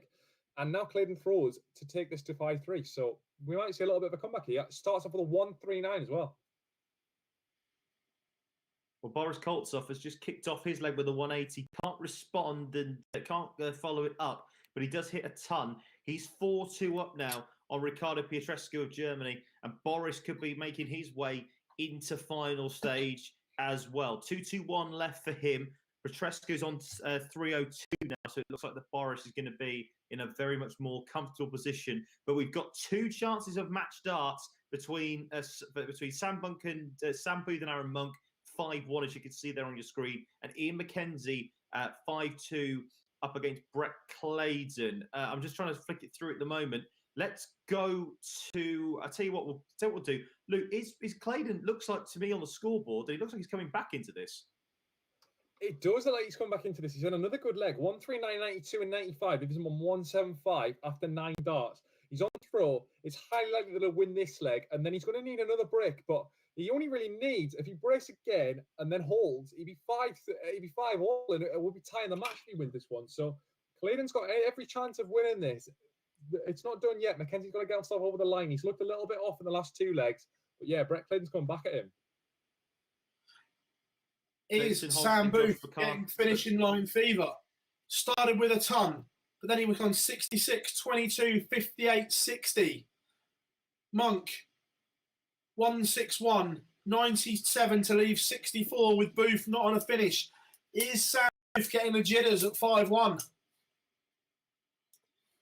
Certainly could do. I mean, Ricardo Petrescu is now on 120 with Koltsov on 40. Koltsov now has tops to try and get to a 5-2 advantage. He's left tops after 15 darts. Can he now respond with the tops? And he can in 3 darts. He takes out 40. So Boris Koltsov is 1 leg away from becoming our 3rd Q School winner in Europe and getting himself a place in final stage. I heard an ooh going on. What happened there, Phil Bars? That was commentator's curse to the maximum. Ian McKenzie's taken it out. He's gone 100, 140, and then a 136 and 3 darts to win with a 15 dart rubber Brett Claydon. He was miles out of the leg, and from nowhere has brought that back and taken it out, and he is through. He is in the second stage of Q School. Congratulations, Sam Booth. McKenzie. Sam Booth from absolutely nowhere, couldn't hit a score with a bag of spanners, misses double 15 for a 150 finish. Monk takes it out. We are back to 5-2, but from absolutely nowhere, that 150 finish, genuinely, it was like he was throwing a hedgehog and couldn't score. And then all of a sudden, he misses double 15.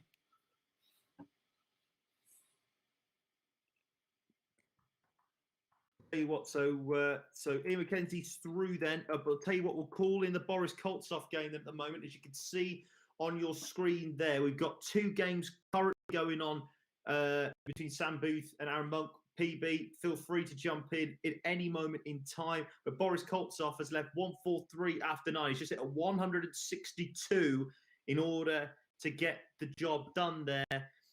Now it's a 143 for him for the match. A 140's just been hit by Petresco to leave himself on tops. This would be some way for Koltsov to win a place at final stage. Can he do it? Is the big question, and we can't. Going to hit 57, leaves himself on 86. Petresco on tops for a 13 dart leg.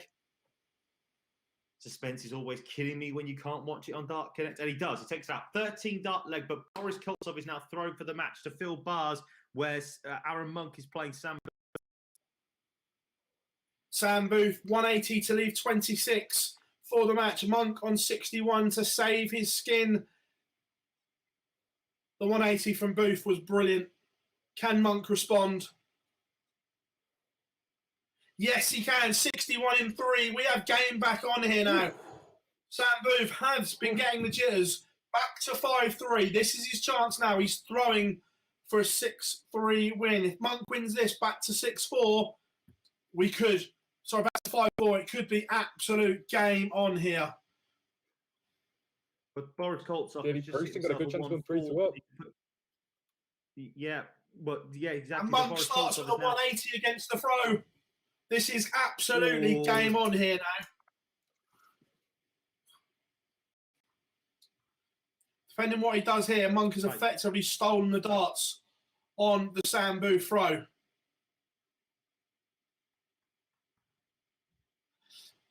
Cuts the 180 in half, 180.59, but he is in front.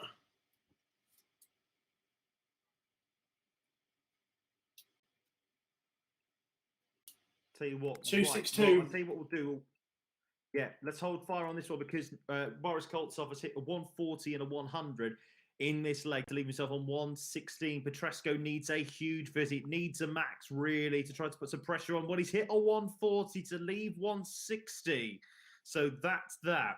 But Boris Koltsov now is 116 for the match. You'd expect him to get 6 from here if he needs it. But what a way to do it, Big Bad Boris. He's done it with a 116. Check out. Does he need 6? Does he buggery? He just needs 3. Incredible stuff. Boris Koltsov, what a way to win your place at final stage. The Russian is in with a 6-3 victory over Ricardo Petrescu. We've got 1 match left in Europe between Franz Roesch and Davy Proustem. Roesch is 3-2 down. Back to Phil and Aaron Monk. Could he on the comeback trail? Monk has tops for a break of throw. Monk hits tops, last dart in hand. We are back to 5-4, and we are now effectively on throw. Monk throwing for 5-all, and remember, he was 5-1 behind. It looks like we've lost Luke at the moment. We will try and get him back, but Monk, and he starts 41. This is the opportunity that Sam Booth needed.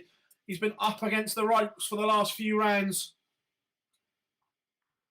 And then he starts with a maximum. Roles reversed from the last leg. It was Monk that did the damage this time round, but this time it's Booth responding. And Booth has stolen the darts on the Monk throw.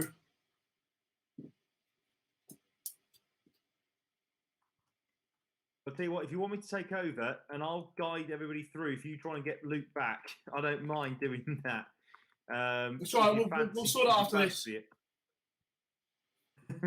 not. He's not come back in yet. Okay, Sam Booth at the moment, 225. Yeah.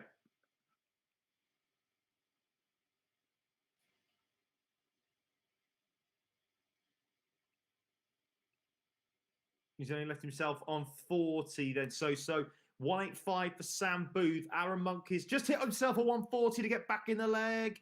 176 left for Monkey. Right. What could Sam Booth do here? Who started the leg off with a 180? What can he do here? Can he leave himself handily finished? Not necessarily. Only 81. 104 left for Booth. So there's that. 176 for Monk. Now, what can he do from here? Can he hit himself another 140? 100 hit. 76 then left for Monk, but Booth on 104 for the match. What can he do? Big moment. He can only hit 37. 67 left. Aaron Monk left on 76. Can he now take this to a 5-all game? Missed big doubles earlier on in the day. You feel this has to go, and it does. And it does. What a story this could be. From 5-1 down, Aaron Monk has just sent us into a last leg decider. To call it home, here's Phil Bars.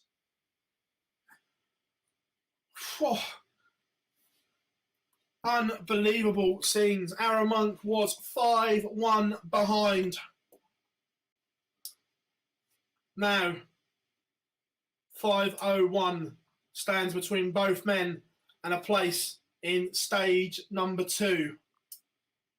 Both started with tons, and it's Sam Booth who has blinked first. Only 59.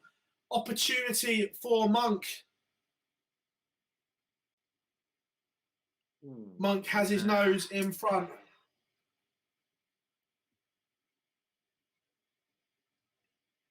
Let's see if I tell you what, Luke might be back with us, Barzy. So is he back with us? But Booth, no, he's not shy. This is close. This is tight. If you're Sam Booth, Monk, what are you thinking now? You were 5-1 up. You had your feet up. Monk, you were in stage 2. He thought he was, but I mean, to be fair, getting results today, both of them getting to the last 8 pretty much guarantees them, does it not? You think, anyway? Yeah. Huge from Sam Booth. Well done. 145. Oh my goodness me! What can Monk do? Can he? 120 left. So Booth now on. So it's only a one treble. It's only a one treble finish from both of them. Who's your nerve? Oh, he's missed tops. Booth's missed tops. Booth has missed tops. Aaron Monk, here is your moment to win 5 legs on the spin. Wants 120 for the match. Cannot do it, so Sam Booth comes back 3 darts in hand. How's your nerve after missing match darts and being 5-1 up? We're about to find out. Only needs $1. Sam Booth beats Aaron Monk 6-5. It should have been over a lot before that. Booth was 5-1 up and in complete control, but a great day for Aaron Monk. That should be enough to see him into stage 2 as well. But congratulations to Sam Booth going through to stage 2 of Q School. Right, let's try and get Luke back. Now we've done that. Right, well, while you do that, I'll tell you what's going on around the rest of the boards. Mike Warburton currently in absolute dreamland, leading 3-0 against Sam Cankett in an all-Welsh clash. And he's just taken out double 16 for a 16-dart leg to go 4-0 up. Over in Europe, Davy Prouston has just pulled out a leg from nowhere on the Roett's throw. 100, 140, 140. Leaves himself 1-2-1 after 9. And he's 4-3 up. And Roett's can only be on 2-1-3. That's all he can get. He leaves himself 24. I imagine he's probably missed darts at double 12. But Roett's now on 213. Can he just leave himself? How he can with a 180? What a response that is from Franz Roett. Now Davy Prouston has to hit this on double 12 to take us to 5-3. Let's see whether he can do so. Oh my God, this is nerve-wracking when you can't watch it, but he takes it out with a last dart in hand. That could be a heartbreaker for Franz Roes. He is now 5-3 down. Prouston now throwing for the match and a place at final stages in European Q School. Warburton still 4-0 up, but a really good game between Jason Hogg and Josh McCarthy still going on at the moment. Both of them missing darts, but Hogg has just taken out double 15 in order to go 3-2 up in that other game left at UK Q School. So while we try and get Luke back at this moment in time, you can see the scores there between the rest of them. Well, to keep you up to date with everything that's going on now, because Davy Prouston could potentially be our fourth player through, our fourth player through in Europe at the moment. 57 leaves himself on 360. Wesk has started with a steady ton and responded well with a steady ton as Mel. Not too sure there what's going on with Luke's audio. Yeah.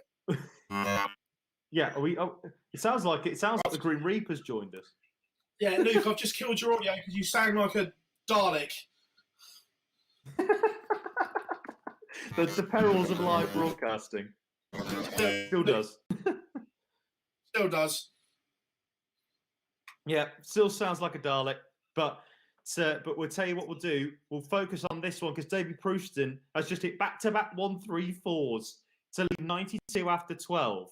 Everyone's just saying the same, actually. He's Luca Dalek. Roexer's leaving himself a finish on 1-6-4, but Davy Prouston now needs 92 to go into stage 2, final stage of Q School. Would he be able to take this out first dart? Let's see what happens. He can. First time round, it's treble 20, double 16. Davy Prouston sends up Franz Roes, and he will be into the final stage on Sunday. A 6-3 victory to conclude things in Europe today.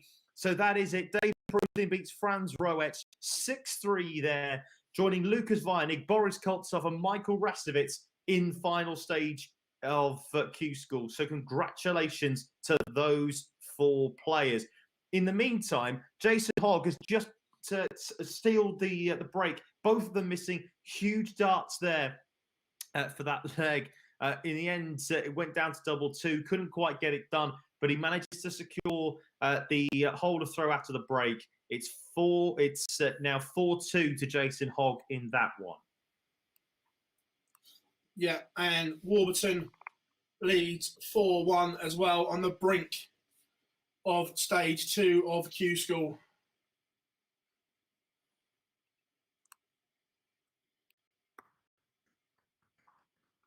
And he's on the verge of another break of throw here.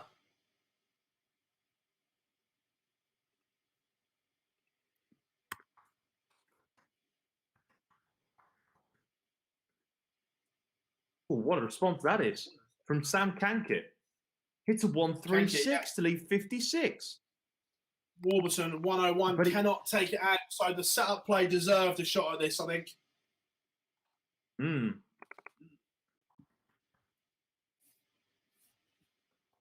Oh, he's missed. He's missed.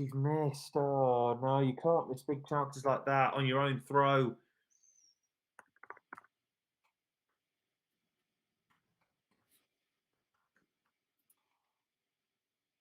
And Warburton hits it in there. So it's 5-1 now. Mike Warburton leads in that game. Jason Hogg and Josh McCarthy, 4-2 currently at the moment to Hogg. It's 1-6-5, but then McCarthy responds with a 180. A huge moment there for Josh McCarthy. Can he find a way to keep himself back on and in touch of this one? A 70 from Hogg leaves 195. What can McCarthy do here? Can he take out a 116 in order to lead the game? Well, in order to stay in the game, I should say, excuse me, not to lead the game, but McCarthy leaves himself tops on that one. 95 left for Hogg. Hogg needs 95. What can he do at this stage of the contest. Can he find a big checkout? No, he can't. Only leaves himself 60. Well, he hits the 60 to leave himself 35. So McCarthy now has tops to stay in the match. This has to go, you feel, and it does. And it does go. But Mike Warburton, so in that game there between Jason Hogg and Josh McCarthy, it's now 4-3. But Mike Warburton, PB, what a leg from him. I don't know if you're following it or if you're trying to get Luke still back into the chat. I'm following it. Doing both. Multitasking. Yes. Brilliant. Absolutely brilliant from Mike Warburton. Ton 140, 65 to leave 96.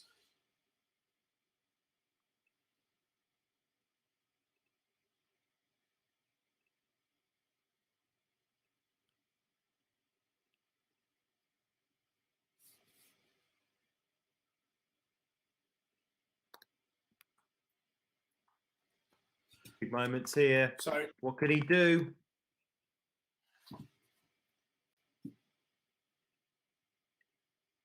What can he do here? This is a very long time. Whether it's he's left himself tops for the match. For the match.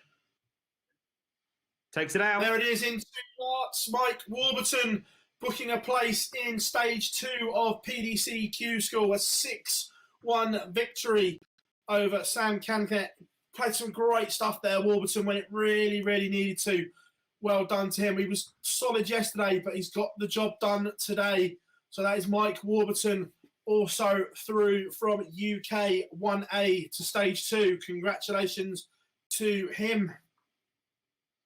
We've only got one game left then, really, at this point here this afternoon. So stay with us because we will be doing a sort of roundup of the day, if you like, in just a moment. But what a response from Jason Hogg. He's just taken out a 165. Just a 165 to leave himself on 50.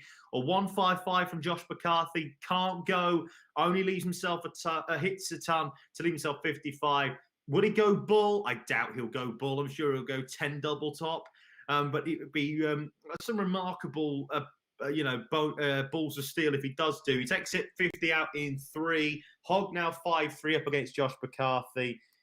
So that's that one there. And McCarthy now has to win the next 3 legs if he's going to get a place today. But PB, you'd expect him now, though, because he's on 8 at the top. Even if he doesn't win this game, he'll be pretty much through. Josh McCarthy's done enough. We were chatting to Lendl in the chat earlier. He predicts 4 points will be enough for UK to get you through. So Josh McCarthy has done more than enough to book his place in stage 2, regardless of this result. So at the moment, then, what can Josh McCarthy do? Because he made the last 8 yesterday, didn't quite get the job done, but he's made the last 8 again today. Would he be able to do so, and would he be able to get the job done against Jason Hogg? Hogg, of course, he's up by 5 legs to 3. Let's see what happens at the moment. Let's just see where we go. But 140 from McCarthy changes the leg. 2-3-4 left, but then a ton 40 in response from Hogg to leave for 2-4-7. So what can he do now? This is remarkable. What a performance this is going to be. Barney, if you try and get Luke back, I'll more than happily take this over at this stage and try and see if we can call it in from here. Let's see where we go. McCarthy now on 134, and then a back-to-back 140 for Hogg. He leaves himself on 107. A huge moment, this one. Sam Kankut, we'll talk about him in a moment, whether he's through or not. I think he would be on 5 points. Someone asked in the chat, but no. But he's not technically through, but he's basically done enough. We think he's done enough.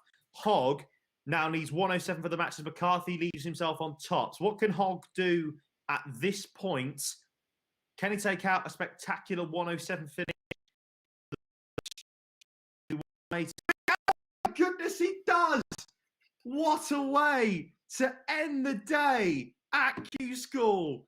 A 107 checkout. Every time I seem to say that, we seem to get one hell of a finish. And we do there. Jason Hogg is just taken out a 107 checkout, and he's done it. 6-3 victory. Congratulations. Mackenzie, Mike Warburton, and John have all booked their place, Phil Bars, in 1A. Well, they've just booked the place from 1A in finals day. 100%. 100%. Just messaging Luke at the same time. He's trying to get back in. Yes. Well, I'll tell you what we'll do, ladies and gents. If you've got some questions on Q School, then please drop this in the chat while we do that. I'll tell you what we'll do, Barzi. Should we try and go for an ad break, and then we'll come back and do a review of the day of Q School? Yeah, no worries.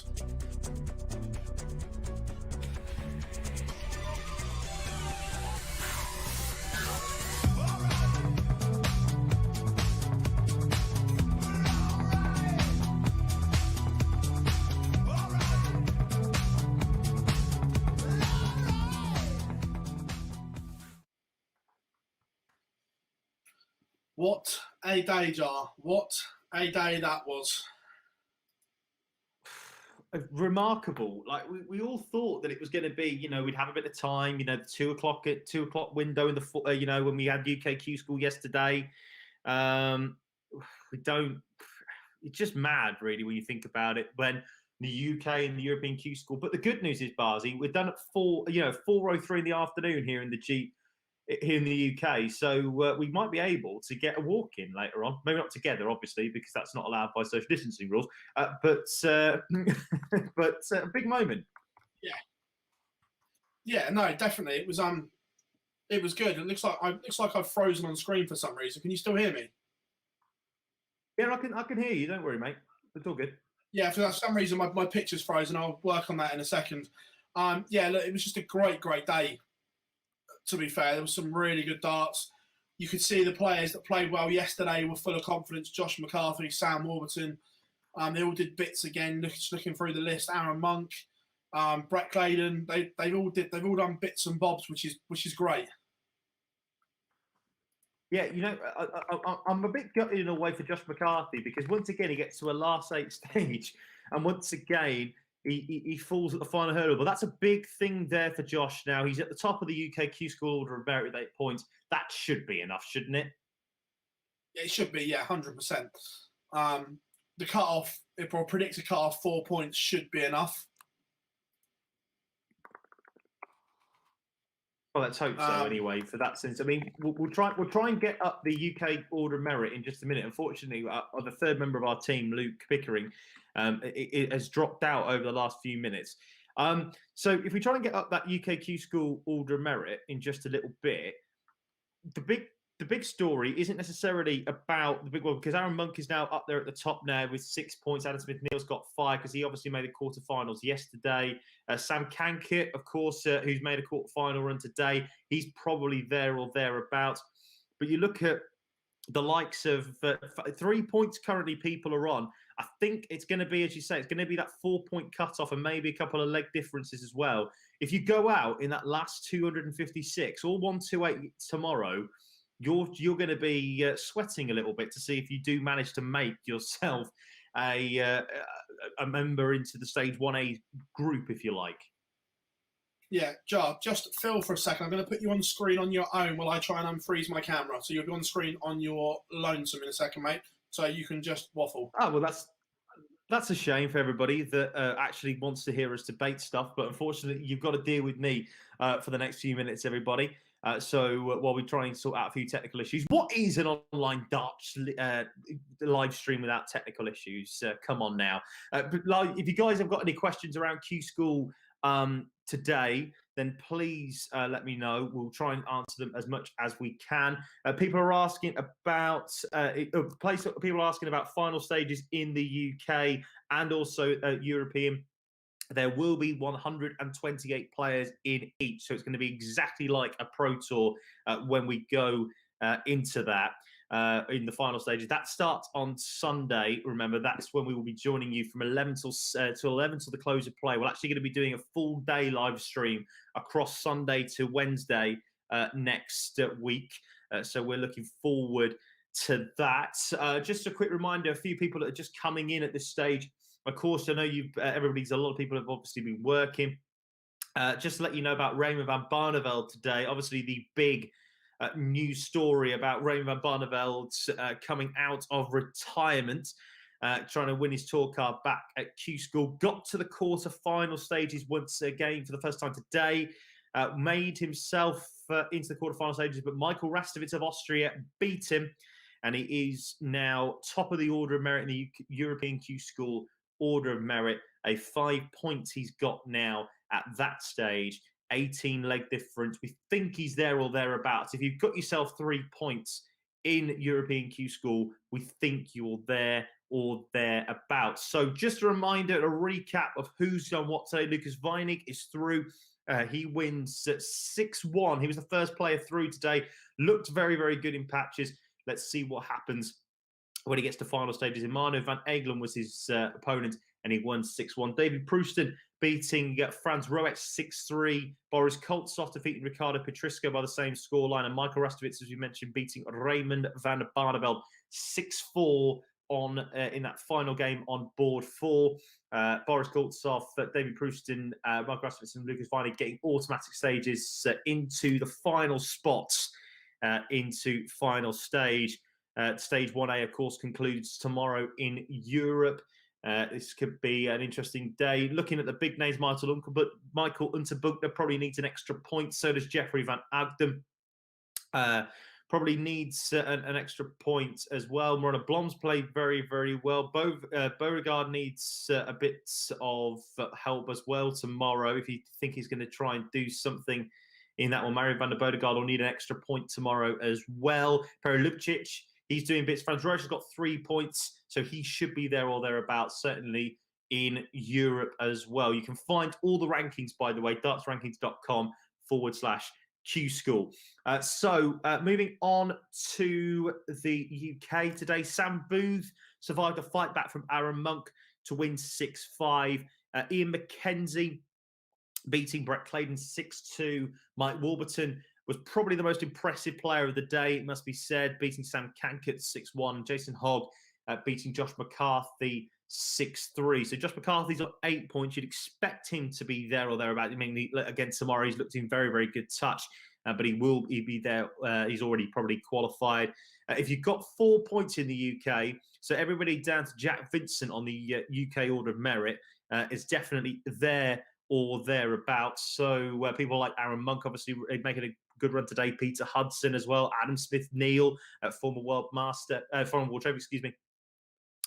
master, is on 5 points as well. Kevin McDine, former tour card holder, he's there or thereabouts. Shane McGurk on 4 points as well. What have we got at this moment in time as well? Christopher Bent, who did some bits as well today. You can see the Q School Order of Merit there. Phil Bars is now my director. I can't really hear him, but at least he can hear me. If we just scroll down, PB, to where we are to 3 points, that would be great, mate. But that's where we go. So this is the 3 point area where people who are in that 3 point area, 2 point area will need points tomorrow. So he will definitely, people the likes of Jamie Durrant, who did bits on Monday, didn't do bits today, but he's still there or thereabouts. Connor Scott, who were showing this in the chat earlier on. Connor, well played for the last couple of days, mate. Cameron Menzies with a good run has put himself into contention. Wes Newton, Kevin Painter as well, currently in that spot as well. Wayne Worrell will need some points tomorrow. He's just missing out on leg difference as it stands. Harpe Pua will need to miss out, but there you can see there, Fallon Sherrick in 26th spot. Fallon will probably need a point or two if she's going to make the Q School final stage. And of course, it's the same in the UK. 128 players will be in the final stage there. Marcel Althos has been, people have asked where Marcel Althos is. Unfortunately, he's down the bottom in Europe at the moment, 105th, hasn't won a point yet. Let's hope that he can do some bits tomorrow. Just a reminder of how people gain points as well. And my voice is starting to go now, so I will be jumping off very, very shortly. I'm not normally used to talking for this song, but here we go. Just a reminder how you get the points. So you'll get your points tomorrow if you win games in the last 64 stage of EU Q School, the European Q School.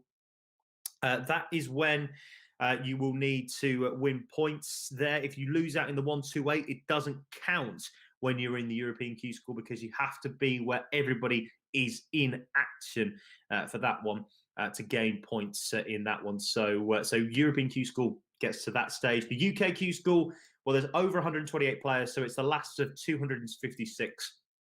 When you get to the 128, once again, that is when you start earning your points. So that's how it's going to happen tomorrow. Fallon is basically there or thereabouts. She'll just need a point to pretty much confirm herself in the last in final stage. Luke has joined us back here. Let's see if he can hear us. Luke, thank you so much for joining us at this late stage. I can hear you now. You don't sound like give us your thoughts on who's been your players of the day. Who have you looked like? Who have you enjoyed watching today? You know, McCarthy continues to impress me. I hadn't heard of the guy before Q School, but the way he's played over the last 2 days, he's more than deserving of getting through to stage 2. There's a few as well. I think Roich's performances to come back from 5-4 down, survive the match starts, and then fight back through, get himself onto 3 points. He's probably through now. We know how good he was in the last European Tour last year. So if he can finally get himself through to that second stage, I mean, this is a bit of a slog. You know, these first 3 days, they don't mean a lot, but if you get through them, then you can go and fight for your 2 card. I think this gives him a chance now. Obviously, he's got every chance for 3 points of getting through. I know FDI is already reckoning that F3 is going to be enough, and I do definitely agree. It might even be a little bit less, but I think Roche is in a brilliant position. So for me, they're my 2 standout players. But there's a few. I mean, I'd love to see Sherritt get through. The fairy tale story of another woman on tour, really impressing and pushing the men all the way, and having 2 women's players at the 128 would be a hell of an achievement.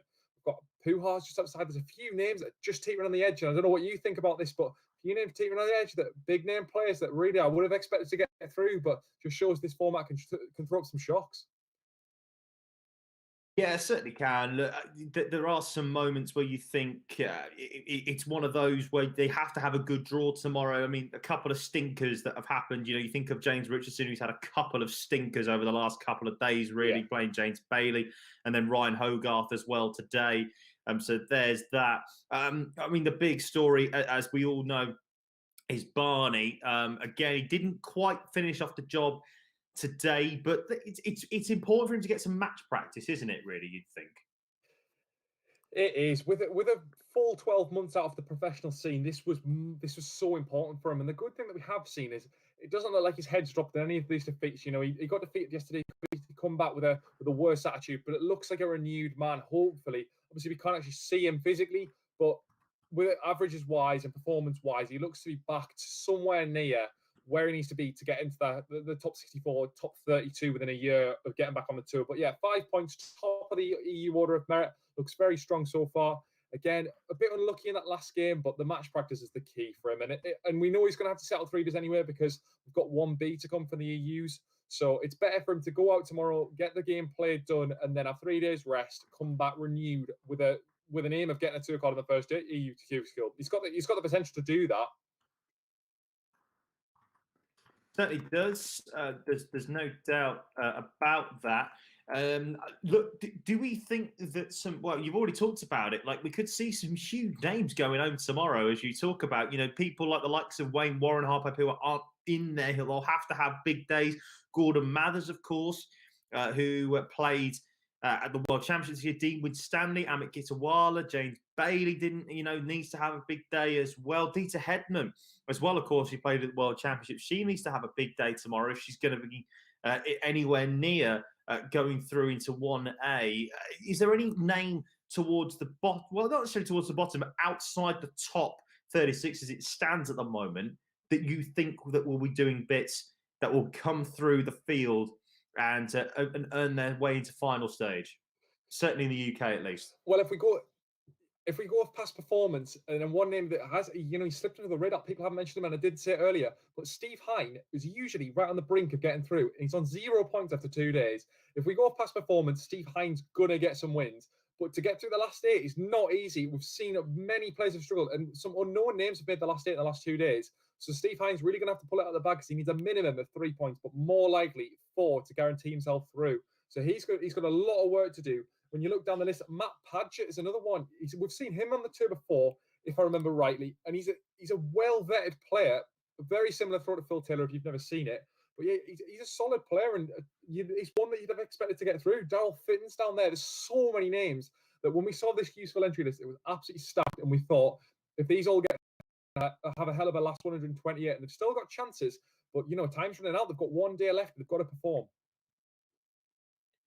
Yeah, Phil's basically, his camera at the moment is broken. That's why he's not on with us. But we are going to be jumping off very, very shortly indeed. Just a quick question as well about seeding. And Andrew, as always, Andrew Kinsman at Feverdog on Twitter has been there for us in the chat room today. So thank you very, very much, mate. There is no seeding on finals day in the final stage at Q School. You get who you're given, and that is why we bloody love it. Today we saw Raymond van Barneveld take on Nico Kurtz in the final stages. And as there he is, before we go, James Corden himself is back, everybody. Phil Bars joins us. Yes, hello. PB, it's been another very, very good day of darts here. Lots of drama and something that we've really enjoyed here. What's been your performance of the day before we go? There's been a few, to be fair. Most have been spoken on. Most of the things. I thought Mike Warburton was good yesterday, but really impressed with him today. But over in Germany, Lucas Wehner did bits on the Euro Tour last year, and he played some really good stuff today as well. I was impressed by him, that he was on the verge of going out, and he came from nowhere to win a couple more. So I've been impressed with him. I thought Fallon played well early doors. She probably only needs a victory tomorrow, as long as she doesn't get a 2-5-6 draw. She did a lot of good work today, which was good. So yeah, look, just really impressed. And I think the standard, I don't know stats wise, but it felt better today than it did yesterday. Does that kind of make sense? Yeah. I tend to agree. Makes sense completely. This is an interesting one here that I've just here's a stat for you from PDC Seamaru from Dylan, who is a very, very good bloke actually, who follows all the Welsh players. Mike Warburton's win today qualifies for that Q School. His progression means that Wales are now guaranteed at least 10 players in 128 in final stage, and you probably got to add a couple more in there already on the order of merit. We always talked about Stoke, we talked about the hotbed of the darts being in the northeast. The hotbed of the darts is in Wales at the moment, with the world champion, the Ferret obviously winning the Masters. Wales, Luke, is the new Stoke-on-Trent. It is, and you name them 10 Welsh players. I can think of a few that could definitely come through. Louis Williams, you've got to be looking at and thinking he's going to get a tour card. So there's a few 100%. Of them 10 that I think could get themselves through quite comfortably. I think it's going to be interesting. Burnett's in the mix. There's a few. I'm really excited to see how the Welsh game develops over the next year. And the thing is now, with the extended amount of players that can qualify to the Pro Tour of Merit, obviously since we've seen the extended format in the World Championship, there's so many Welsh players that could be at that World Championship. We could potentially see them qualify more players than Scotland, and maybe even stretch it into the Netherlands, but it could be close. Really, really looking forward to seeing what happens on that one. I think, do you know what, gents? Before we have any more technical problems today, I think that's just about it. Let's bail out while we can. So that is it. Just a quick reminder about all those that are through. Congratulations to Davy Prouston, to Lucas Werner, to Boris Koltsov and Michael Rastovitz. They have won themselves an outright place today at European Q School Stage 1A. Mike Warburton, Sam Booth, Jason Hogan, Ian McKenzie.